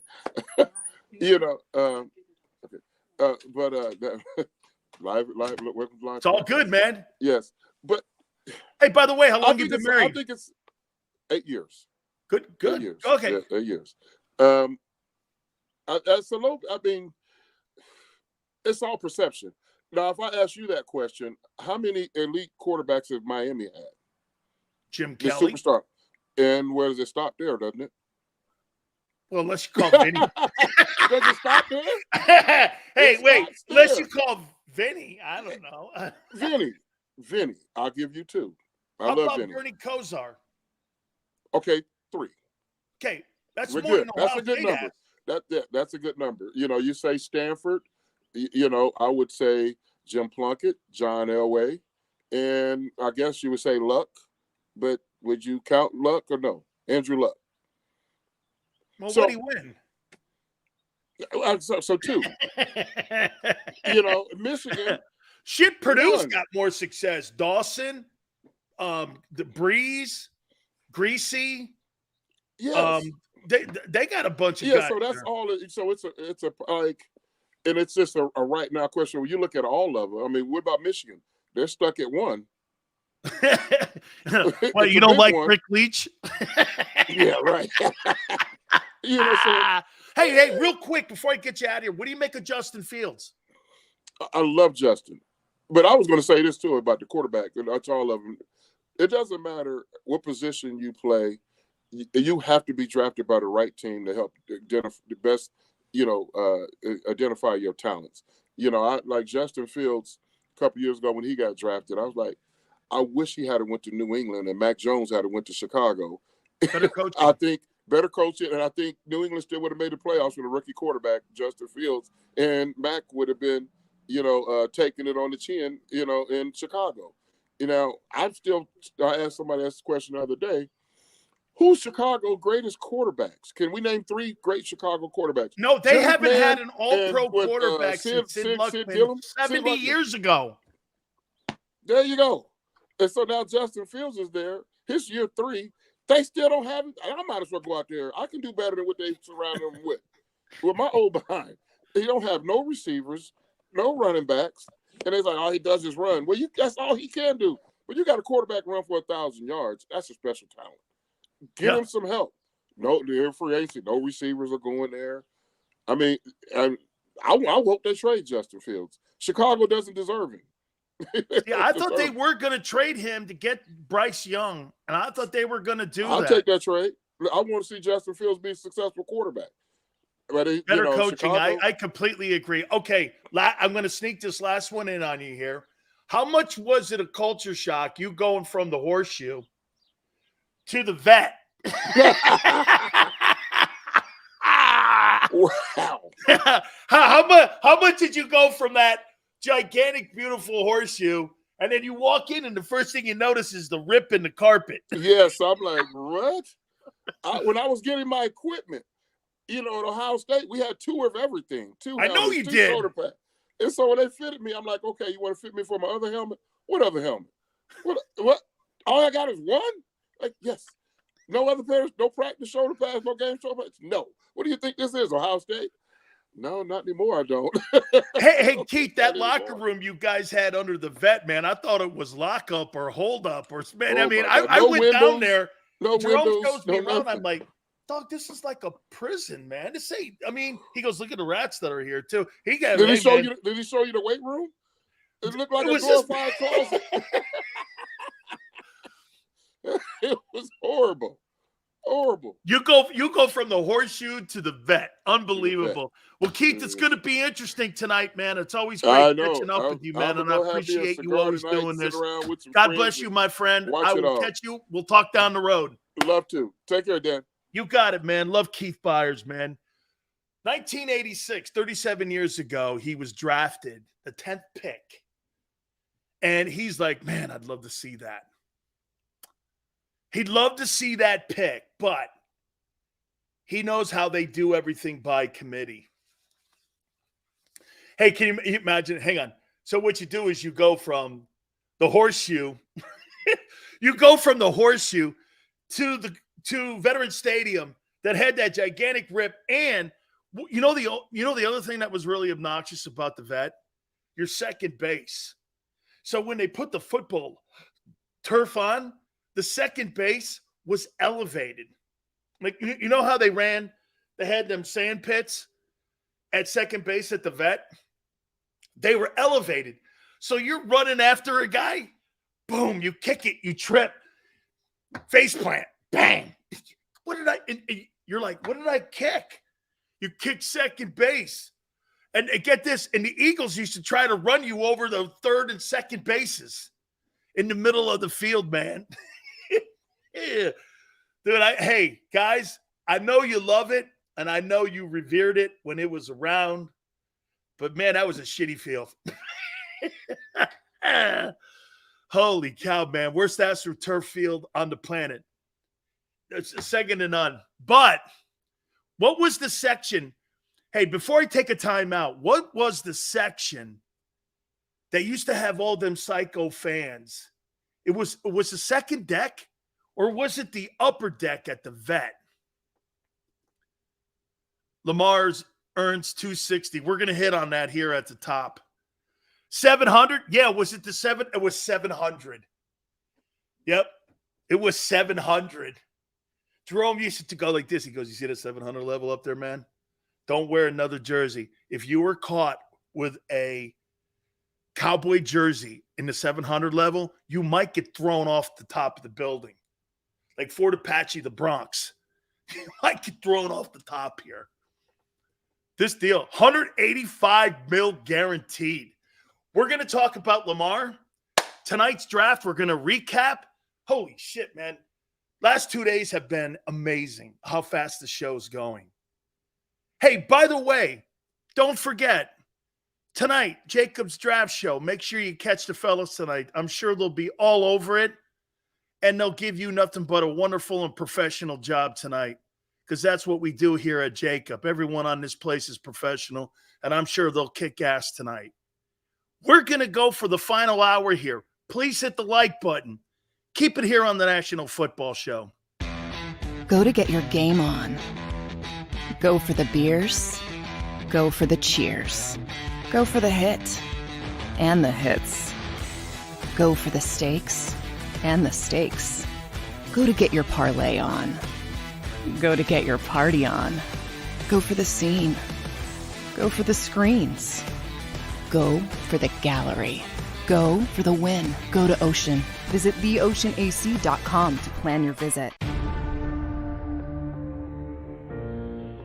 When it comes to the fight against insurance companies, large corporations, and the healthcare industry, injured victims are always the underdog. But that doesn't worry us. At Messon Associates, we're an injury law firm from Philadelphia, and we come to fight. Our clients know that they've got representation with a chip on its shoulder, and it's the same chip that makes Philly the toughest city in the country. Call 215-568-3500 or visit us online at messalaw.com. Messon Associates, the toughest injury firm in Philadelphia.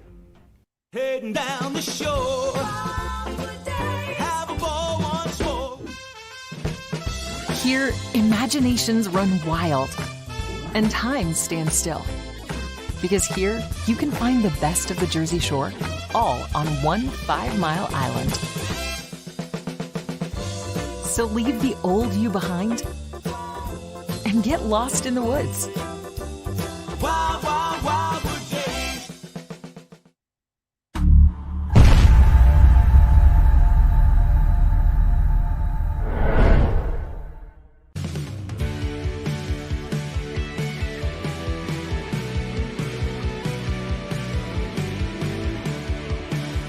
My name is Fran Sileo, and I'm Managing Director here at Del Valle Insurance Group. Been in the business for over 36 years, saving people money on their insurance needs. Give us a call. Let us help you custom design an insurance plan that meets both your needs and budget.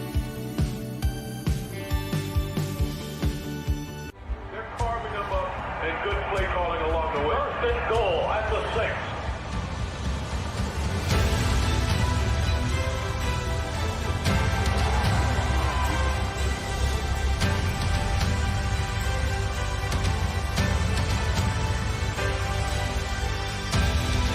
On the field of life, First Trust Bank is there for you. Champions on 3. 1, 2, 3. Because Philadelphia dreams deserve a Philadelphia bank.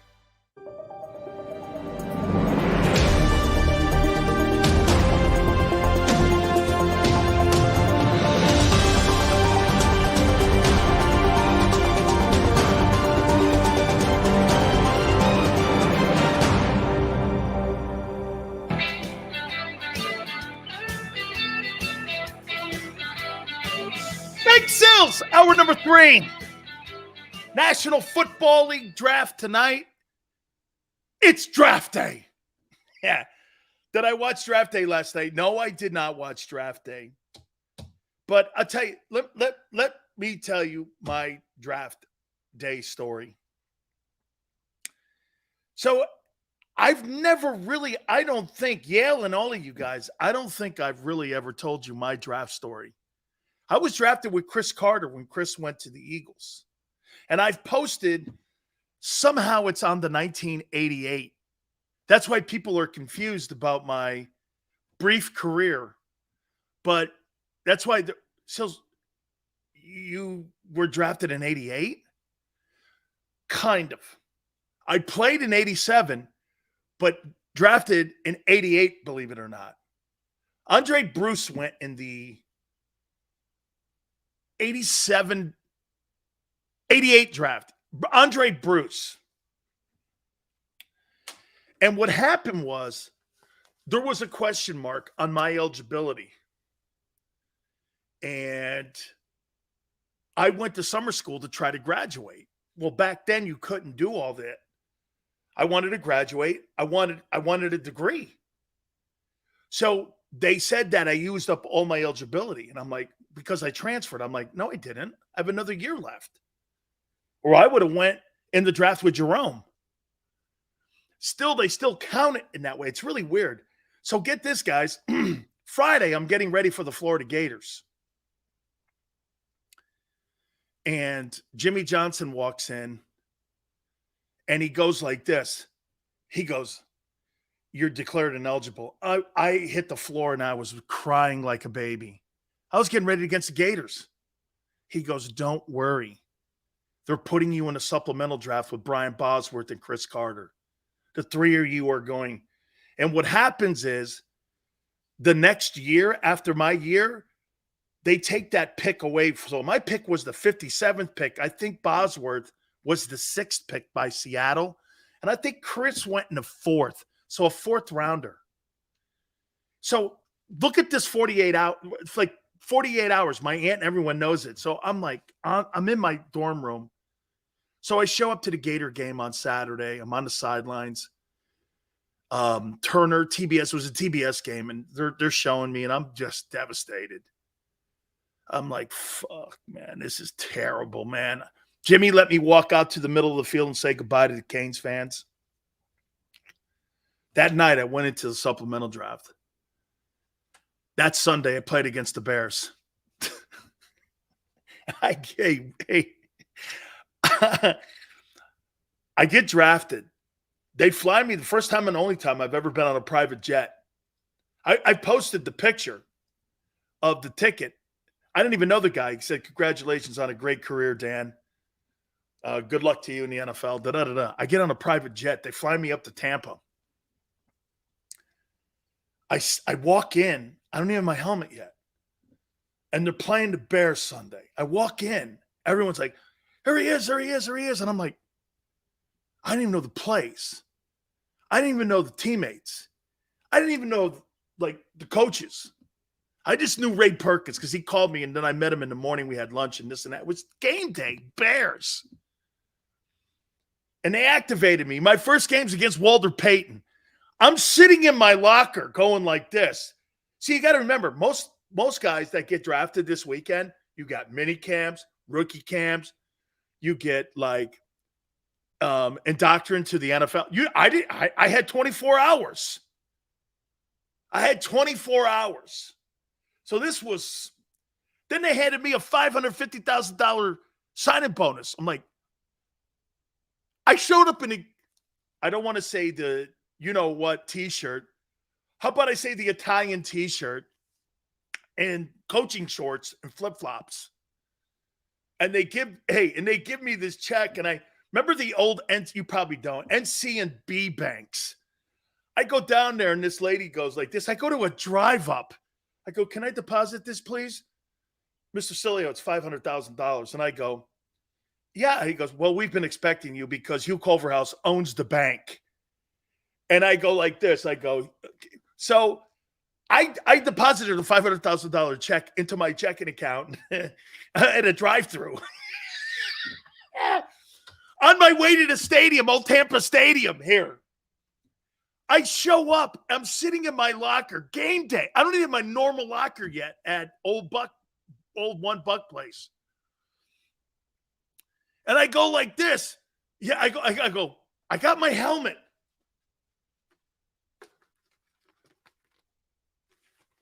What do I do now? Everyone's looking at me. They start laughing. I go, what do I do now? What do I do now? Leroy Selman walks in. He starts telling me, he goes, "That pressure on you, kid." I go, "Dude, I was supposed to play the Gators yesterday. I'm not supposed to be playing."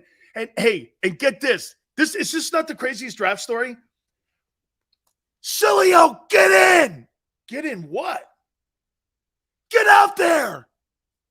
I don't know where to line up. What? Oh, I run out there. Pat Summerall, John Madden are calling the game. Irv Randall, John Randall's brother, is behind me. I got a name, Ron Holmes out here. Couple guys you might know. And I'm sitting there and I'm going, where do I line up? Line up in a 3 technique. I knew that. So I get up in the 3 technique. And I go just like this. Holy shit, it's out of nowhere. I do this. Holy shit, it's Walter Payton. Everyone laughs. Holy shit, it's Walter Payton. He starts laughing. Jared Payton, who was a Hurricane, told the story that Sileo said this. My dad was out there, and I go, holy shit, it's Walter Payton.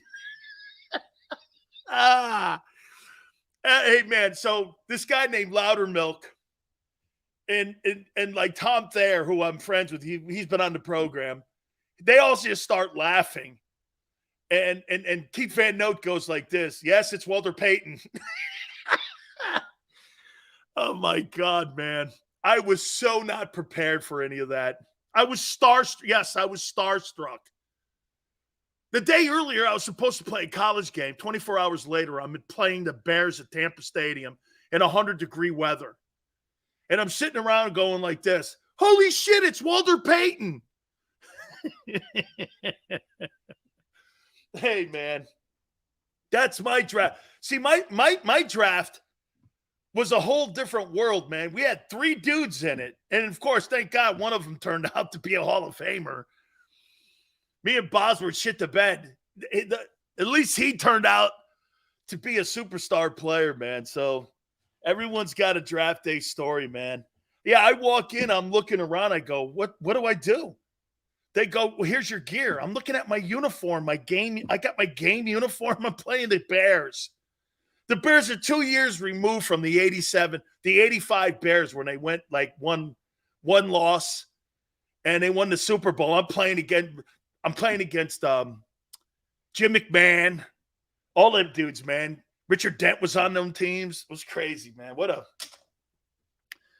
an insane draft story. All true, too, man. Unbelievable. Unbelievable. Thank you, Gigi. I appreciate it. Should be a story tonight at the NFL draft.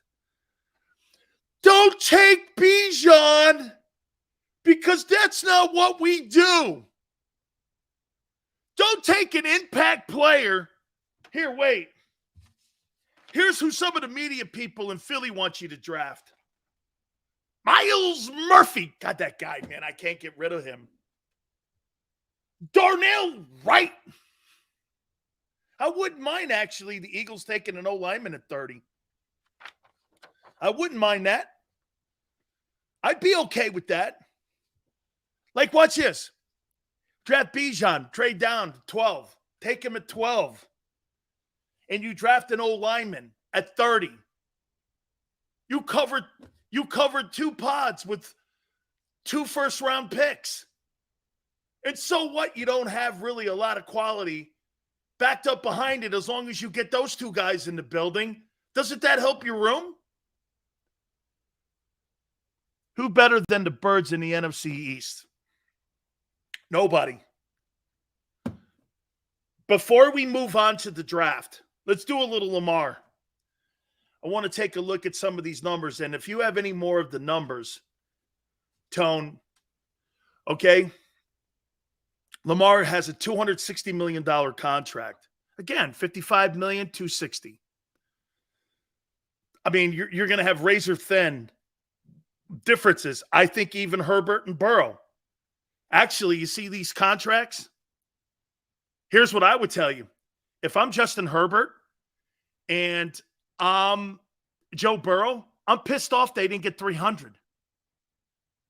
Because now Mike Brown, the owner of the Bengals, and Spanos are going to go like this. Well, wait, the market is 260. It's not 300. Now, the guaranteed money, I would say this. Herbert's probably going to get 190, and Burrow will probably get 197.5, some shit like that. So basically, Jalen Hurts set the market. You should be kissing that guy's ass in a way, because now you have two dudes that have pretty much signed the same contract. Now, I would like to know what the cap hits are going to be for Baltimore, and if they constructed it the same way, because here's the difference. And as Tone tells me it's 185, it's not so much that Jalen Hurts is also getting like $160 million inside, or 170 in guarantees. It's how they structured it. They front-ended it. I wonder if Baltimore front-ended it. I wonder if Baltimore gave him the no exclusive or the no trade. Was that part of it? I do believe they're probably going to trade the 22nd pick tonight for DeAndre Hopkins. Remember I said that? Or they're probably going to draft potentially the TCU wide receiver at 22.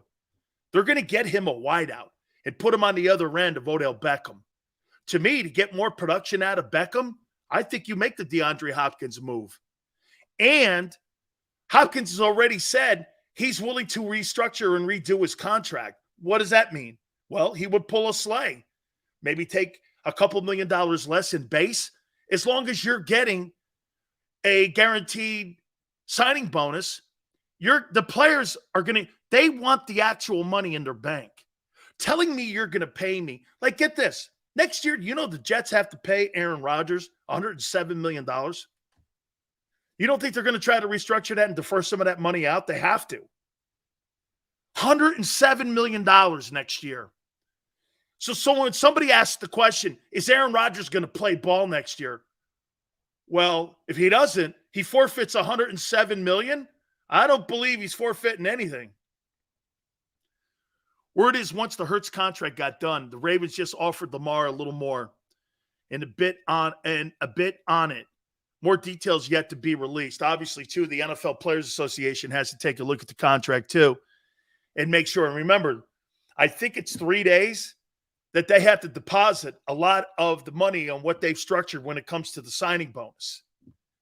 So he is now making, what is it, $55 million per? Does that number come out to that? Is that what that is, Tone? $55 million? So he's making $4 million more than Jalen. $52 million? Yeah. Watch this. Herbert's going to be 53, and Burrow's going to be 54. That's how this is going to go. Personally, Lamar and Jalen brought down the price, I think, of what I thought he was going to get 60, Burrow. Burrow's nowhere going to get 60. Not a chance. And now, if you're the Chiefs, you feel comfortable redoing contracts now. Because what is he making? 43? 42 million? They're going to clearly redo his contract. I'm talking Patrick Mahomes now. So I wonder how much collusion went in on this. Because right now, there's no question. Once Jalen Hurts put that $51 million, 170 guaranteed, 255 deal, and then you saw the cap hit numbers, and you saw how friendly those deals were, as long as you're going to give those contracts to players, like Jalen's contract, get this, what turned out to be the reality here? Check this out. The contract that set the market wasn't Watson's contract. It was Jalen Hurts's. Jalen Hurts' contract set the market. Watson will now forever be a one-of. He'll forever be a one-of. If Mahomes gets a bump in pay, $60 million may not be a far cry. No, I think because it's going to go like this. Lamar got 51. Basically, wait a minute. Lamar making the same. Oh, he's making 52. He's making $1 million more than Jalen. So in my book, he's making the same. He's making the same. Herbert will probably be 53.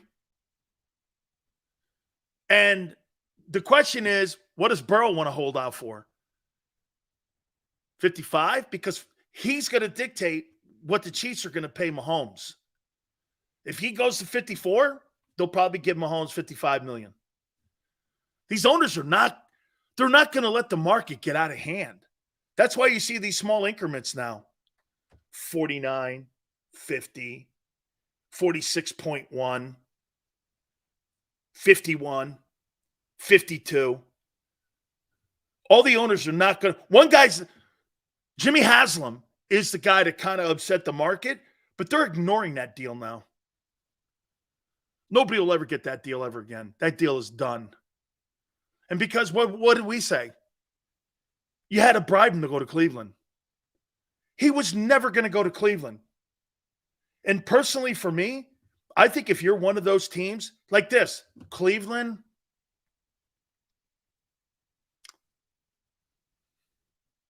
Carolina, the Jets, you got to bribe players to go. I think you got to bribe them. Shit, I think you got to bribe people to play in Cincinnati.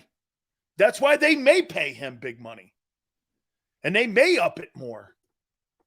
There's certain places you don't have to bribe people to come and play. You don't have to bribe anybody to play in Philly. Why? It's a great organization.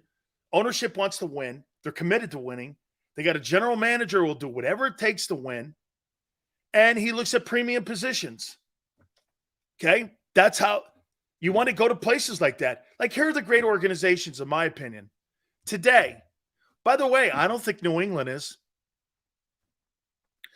Are you clamoring to go play for Bill Belichick right now? No. Bill Belichick doesn't give me a chance to win. Tom Brady did. He doesn't give me the chance to win. He's proving it. He doesn't give me the chance to win. You know what Howie Roseman's showing me?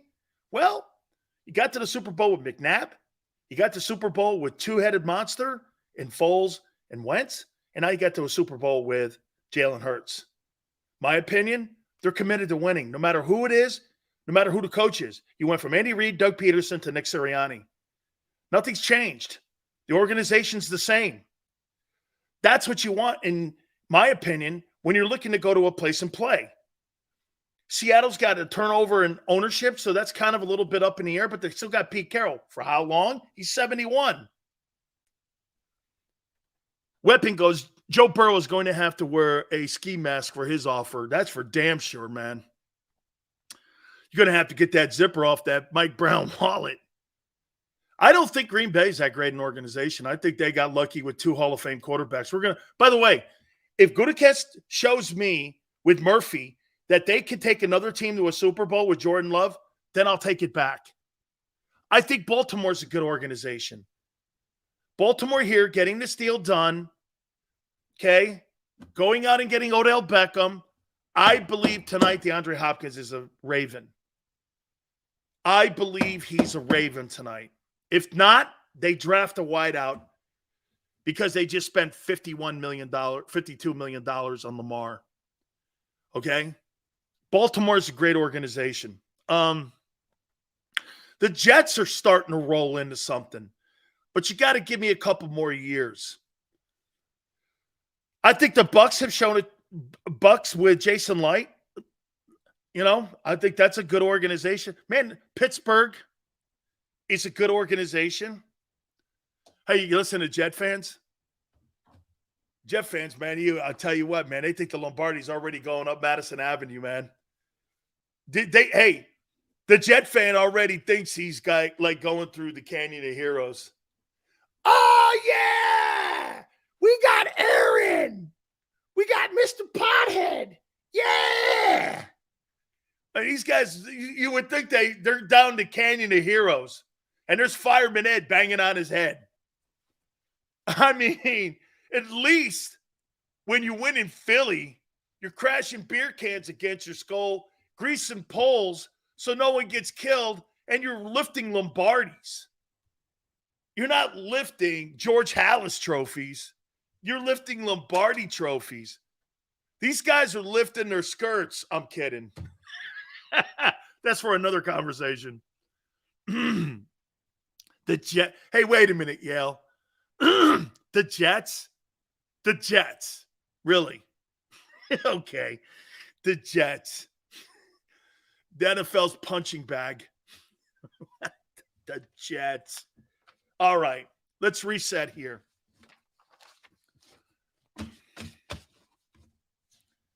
Who do you guys believe the Eagles draft tonight at 10? What do they do at 10? Let me hear you.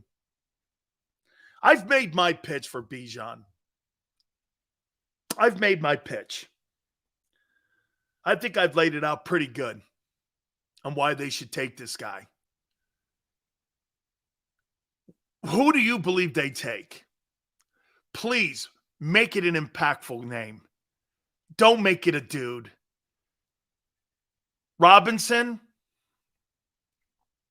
Paris, trade back. Skronowski, I think Paris is better, but okay. 5. Carter. Nolan in the late first makes sense. Hey, Nolan Smith at 30 makes sense. Nolan Smith at 10 is a joke. Okay? Carter or Bijan. John, I'm right there with you. I do not believe Will Anderson is going to be there for them to be able to move up and get him. To get to 3, you have to give 10 and 30 up. Okay? I would say this to you. I'll tell you what I'll do. And tell me what you guys think. I'll give you 10 and 30 if you give me the 3rd pick and Budda Baker. So you want Budda Baker, and you want, and I'm going to give you 2 first-rounders. You're not going to sign him. He wants out. You're not paying the safety the money. You're not. You're not paying him. Or I'll give you 10. This year's 2. Next year's 2. And I get Budda Baker.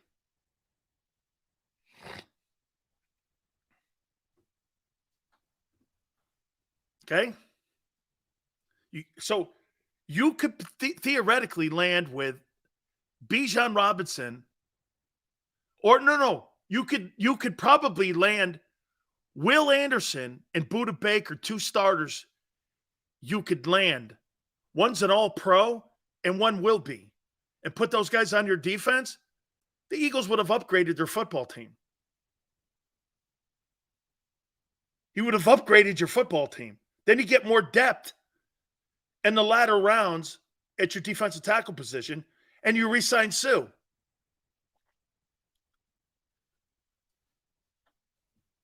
Is that bad? Listen again. You move up to 3. You give Arizona your 10th pick. 2 2s, one this year, next year. Or you give them the 30th, and you say this, well, if I'm going to give you the 30th, you have to send us Budda Baker. So then the Cardinals would have the 10th pick and the 30th pick. They would need something else. If you're getting Baker too, they would need it too. You would have to give for that package to move to 3. You'd have to give Arizona 10, 30, and a 2 for Budda Baker and Will Anderson. Whew. I think that's fair. I think that's fair, though. I get 2 starters. One's proven, the other guy will. I don't know, man. Okay? Or you give him a second next year. Keep your 2 this year. You give them 10, 30, and your second rounder next year, knowing full well you're going to have 12 picks. And you have them send you Buda Baker. You give them the 2 next year. Would Arizona settle for a 2 next year, or will they try to force the 2 this year? They'd probably try to force the 2 this year.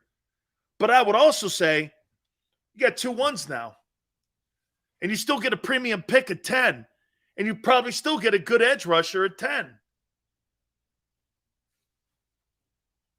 Nothing's really changed except the teams in the order. Because the Eagles would move to 3. Then the Eagles would have to decide if they move to 3, do I take Carter or Will? I'm taking Will because that's more of a premium position than the D-tackle position, even though I think the kid's a weapon. And I'm talking Jalen Carter. Will plays the run. He's a pass rusher and can cover. He's the best defensive football player Nick Saban's ever coached.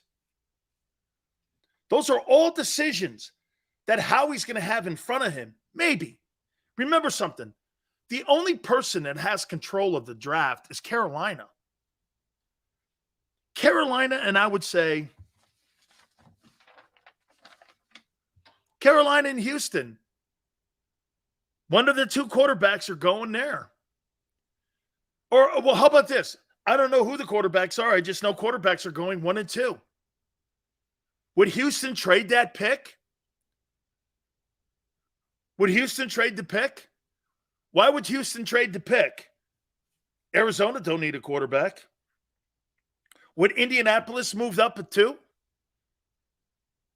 And then them go down to 4? Indianapolis needs a quarterback.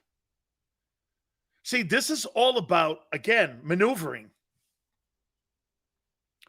I assume Smitty knows Anderson.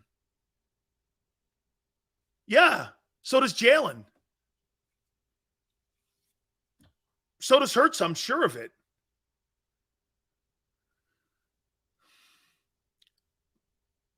Sills, how often do teams draft back-to-back DTs in the first round? I think true.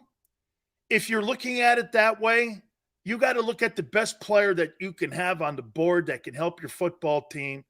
And in my opinion, I think if they draft Jalen Carter at 10, it's a true testament what they think of Jordan Davis. Still has a lot to go. It still has a long way to go. Because why would you have taken the 13th pick defensive tackle if you're going to go back-to-back tackles? I think it would be a true statement on Jordan Davis's lack of production last year. And the fact that you had to bring back Fletcher at $10 million. Fletcher's a fine ball player, but $10 million for a 33-year-old DT? Okay, well, all right. Why? Because Jordan Davis didn't pan out like you thought he was. You don't hate the player. You just thought he'd do more. See, that's where you are with Jordan Davis. You don't hate the player. You're not happy with the production. I think Houston might draft Will Anderson at 2. You're going to stick with that shitty quarterback? I don't know. Any good linebacker duos in the NFL today? San Francisco has some pretty good ones. I think San Francisco has some good LBs in there, but that's just not a position where you see, like back in the day with the Giants, where you had Carl Banks, LT, and Harry Carson. You're not seeing that any longer. There's not an emphasis on that because you know why? Why do you think there's not an emphasis on the linebacker play any longer? You know why? They don't play. There's not elite running backs in the game. So if you don't have elite running backs, you don't have elite linebackers. Those linebackers were there to cover backs and tackle running backs. They're no longer there. Okay? They're just no longer there.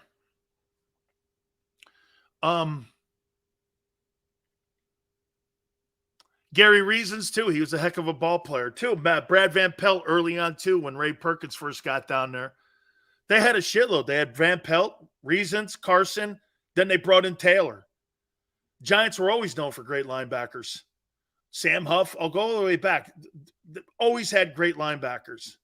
they always had pretty good defensive line, especially when my uncle played on it with Cat Cabbage, Rosie Greer, and Dick Mulgazaleski. That was a great defensive line. That was really the first, first and foursome kind of defense before the Rams. And Rosie would end up going and playing with that Rams team too. Sills, I think Anderson could be the next Von Miller. I think he plays the run better than Von. He's bigger than Von. Von Miller, look, Super Bowl MVP, perennial Pro Bowler, heck of a ball player. That would be a great honor for him if he lived up to that distinction on being somebody like Von. Von's a heck of a player. Von's a heck of a ball player.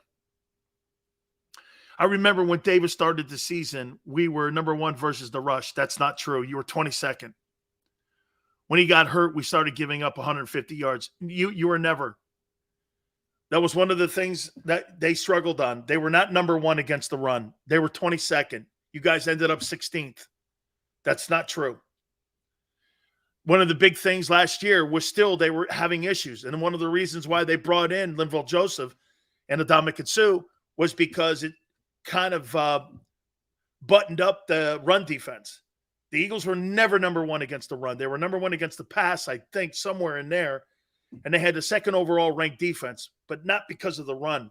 Actually, if you think about it, the last 2 years, the deficiency on the defense is against the run.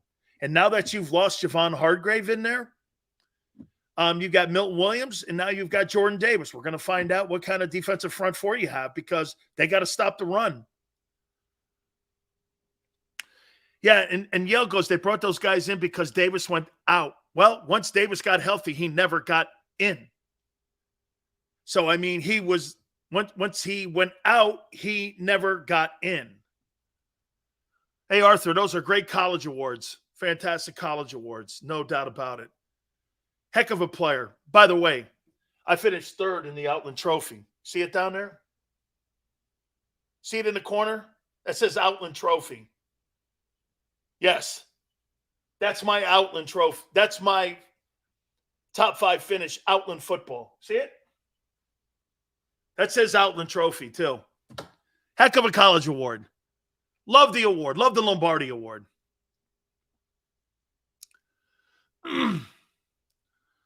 Seals, have you ever had an offer to work in Philly because we need your voice now more than ever? Joe, that's a kind compliment, but they don't put people like me on the radio in Philadelphia. Kidding me? I would never have that. People don't like the truth, dog. Only their fans do. Do you think Jordan Davis will make a big jump in production this year? Eric, he's never been productive. He's never been productive in his entire career. He's a flash player. He's going to make an impact in your run game. He surely is. But he'll never be a 10-sack guy. He's never been. He had 9 sacks in 4 years. He had no sacks this year. Okay? I'm good, Gigi. Oh, no, we're good. Thank you so much, just Mike. It's all good. This is it. Yeah. But yeah, he's going to continue to improve as a ball player in his movement and what he sees. But like I said last year, he should have been drafted around 22. It's all right. They overdrafted him. Again, he's what he is. So his leap, he doesn't have a high ceiling. These people that make this high ceiling up, he never had one at Georgia. He doesn't have a high ceiling. Where did you come up with that? Where? He's never at any time in his career. You know what he showed you? And Yale, you can go to this as well. When he showed up for the Southeastern Conference title game, he was terrible.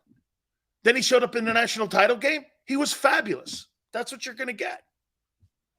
He's never going to be consistently like somebody like Jerome, who puts up 9 or 10 sacks, dominates a football game. It could change or wreck your game for you. He's not that dude. He's never been that dude. The guy, 88 at Georgia, is that dude. Now, you put Jordan Davis next to Jalen Carter, and you got a 3-1 technique, those two dudes could wreak some havoc for a decade in there. That'd be fun to watch, too. Just Mike goes, he killed it in the combine. Yeah, Mike, but you know what? I need him to kill it against Washington. Not at the combines. I need him to kill it against the Cowboys. Not at the combines. Okay? That's what I need him to do. Combines are all well. But I say this to everyone. The drills you do at the combines, you will never do in your entire NFL career ever again. It's a one-of training. All those things that you watched those players do at combines, they will never be asked to do those drills ever again in their careers. So, what kind of litmus test is that? You practice for a 40 and shuttle drills and starts and vertical jump and all that other. You don't get tested for that shit anymore. You think they test Jason Kelsey's vertical jump? You think Jason Kelsey and Lane Johnson are running 40s? Not doing any of that shit. They're in the NFL. They don't need to do that. You think Lane Johnson needs to run a 40? I mean, or Jordan Mailata? These guys ain't running 40s. They're drinking 40s.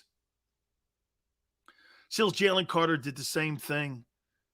He stunk it up at the Ohio State game and then killed it in the title game. Yeah, but Dirty D, here's the difference with him. He's a flash player like Jerome is. Hey, Dirty, I was telling my wife this the other day, dude. Hey, I would outperform Jerome Brown every year. 95 tackles, 10 sacks, lead the team in TFLs, right? This dude would get in a West Virginia game, take 2 plays off, and all of a sudden, the next 6, 3 sacks, fumble recovery, killed the quarterback, took the next 6 plays off. You come back over to the bench, you sit down on the bench and you do this. Jesus Christ, man, this guy. It's aggravating when you're a player like me because you work so hard to get 10 tackles. And if you look at all my game balls, 10 tackles, a sack, 13 tackles. Jerome would never do that. But he would have these incredible plays that you would just sit on the side. He'd start laughing at me. What are you laughing at? I'd go, you're so disgusting. He would just, we would sit there and goof on each other. I go, you're so disgusting. And he'd go, why? I go, man, you make these 7 plays that are game-wrecking plays. He'll take 5 off. I never took it. I couldn't take plays off. He'd take 5 plays off, make 7 that just killed everything in the game. And you just went like this. Jesus criminy, man. He'd picking linemen up, throwing them on their head, breaking Aikman's leg in a game. I mean, he did shit. He just, like I said, you sat down and you just were like, man, this guy's so good. Best defensive lineman I've ever, like Keith said earlier, he's the best D lineman I've ever played with. There's nobody like him. And I played, Randy White was good, but I was at the back end of his career. Jerome was just too much, man. And he shit talked. And then the guy on the other side of him was better. I mean, how could you have 2 guys like that on one line? That's why when Sims comes on and goes, hey, Sims, it's unfair. Jerome Brown's now an Eagle. So you got Jerome Brown and Reggie White on the same line. And Clyde Simmons wasn't too much of a slouch himself. I mean, those 3 dudes wreaked a lot of havoc in the NFL, dude. I mean, those 3 dudes killed people. I mean, that was a group. And when you got guys like that, see, I will say this to you. You know that defense you had last year that had 70 sacks? You guys can have that team. I'll take Gangrene.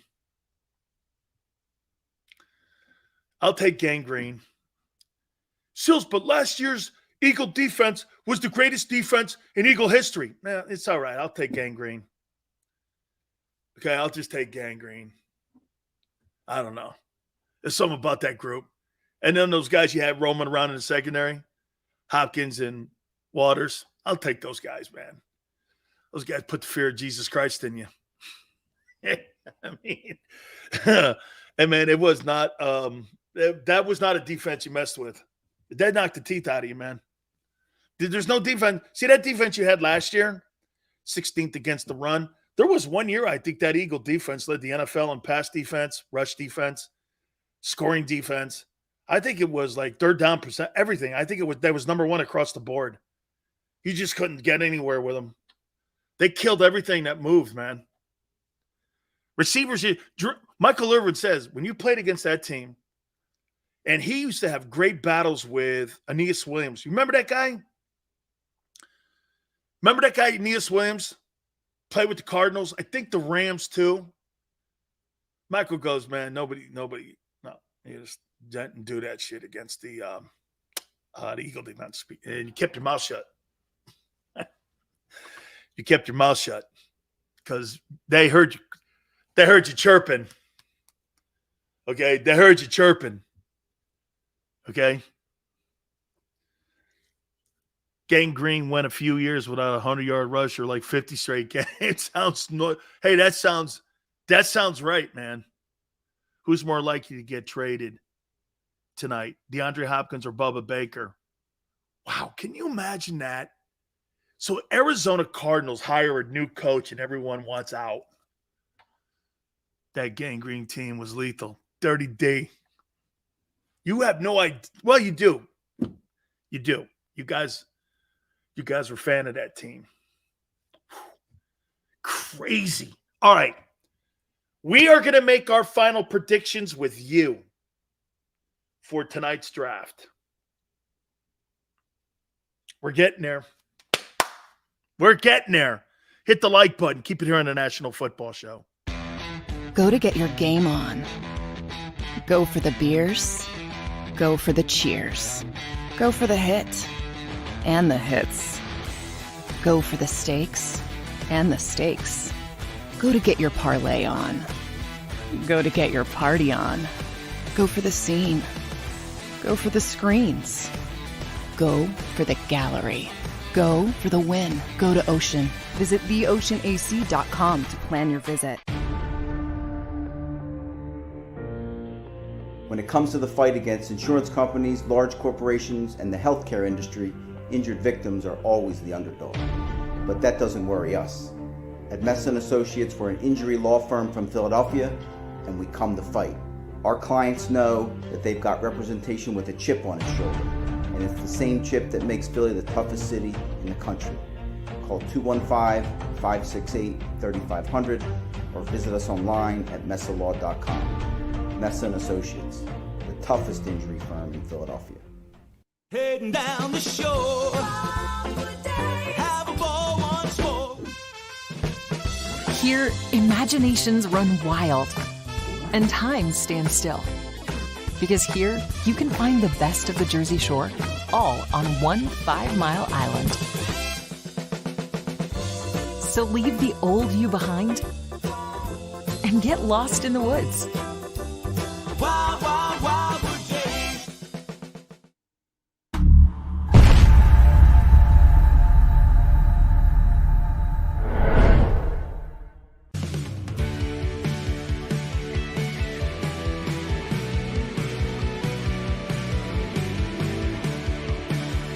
My name is Fran Salerno, and I'm Managing Director here at Del Valle Insurance Group. Been in the business for over 36 years, saving people money on their insurance needs. Give us a call. Let us help you custom design an insurance plan that meets both your needs and budget.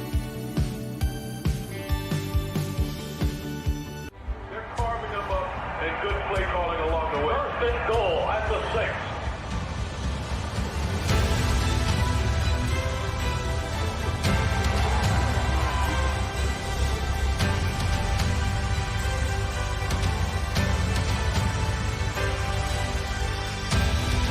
On the field of life, First Trust Bank is there for you. Champions on 3. 1, 2, 3. Because Philadelphia dreams deserve a Philadelphia bank.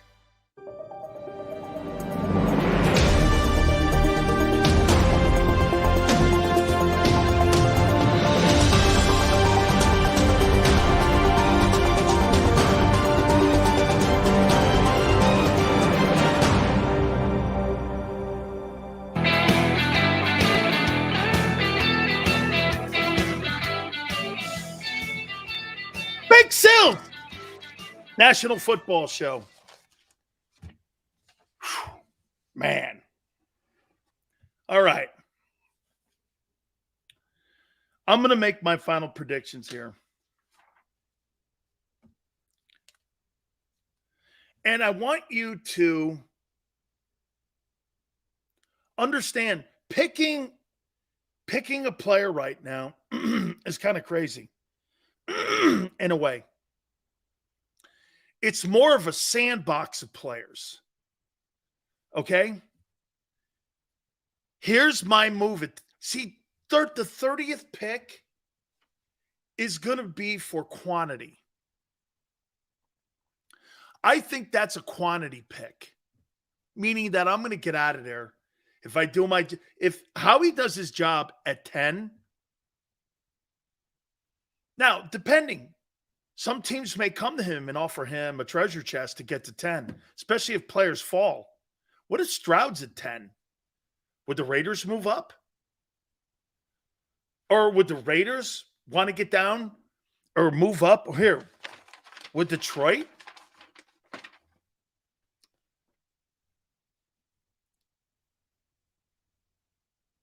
With New Orleans?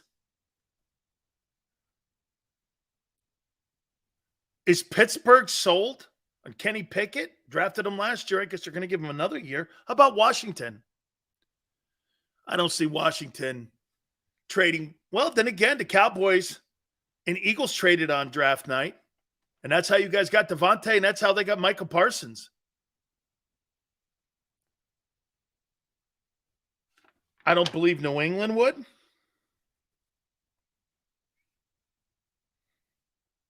What if Houston takes Will Anderson at 2 and sitting at 12 and CJ Stroud falls to 10? Would Houston move up to 10 and give Howie Roseman more picks? They got a boatload of picks. Remember, they got 12 picks.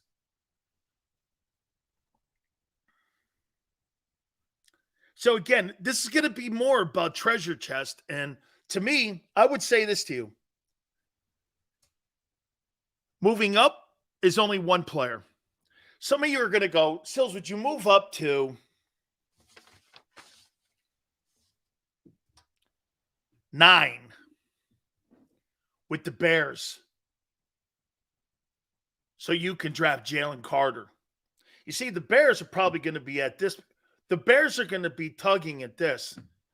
Because if Carter's there, do we get an O-lineman or do we get the better player?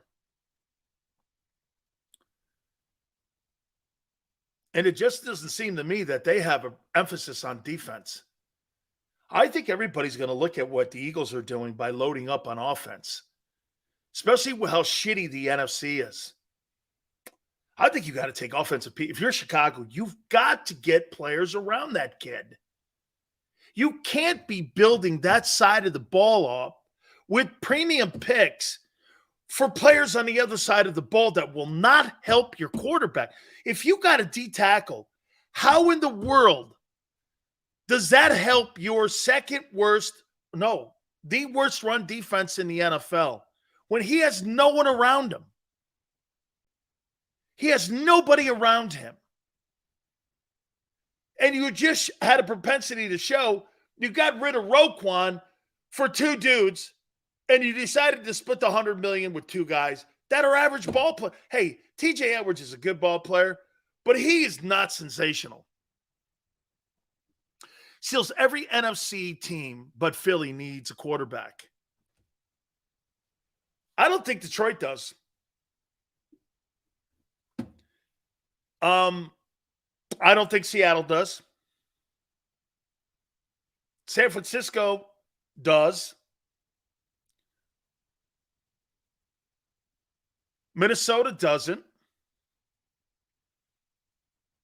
Green Bay, we'll see. Washington needs one. Yeah. I get it. Golf isn't the answer. Neither is Geno. Well, Geno got that team to the playoffs, and guess what? Denver was a shit show. Okay? And golf had a winning season for the first time in decades in Detroit. Remember, it's Detroit. No, I had Seattle as one of the worst teams in the NFL. Geno lifted that team out of the garbage pail. Are they the long-term answers? Absolutely no, both of them. But they're winning. I'll tell you this. Jared Goff did more last year in Detroit than what Matthew Stafford did last year in Los Angeles. Try that one on. When's the last time that Matthew Stafford had a winning record in Detroit? Matthew Stafford was a failure in Detroit. One playoff win. Under 500 record. You know, remember when idiots were talking about the guy being a Hall of Famer? And I'm like, he's got an underwater record as a quarterback. How could that guy be a Hall of Famer? Because he won a Super Bowl? I guess.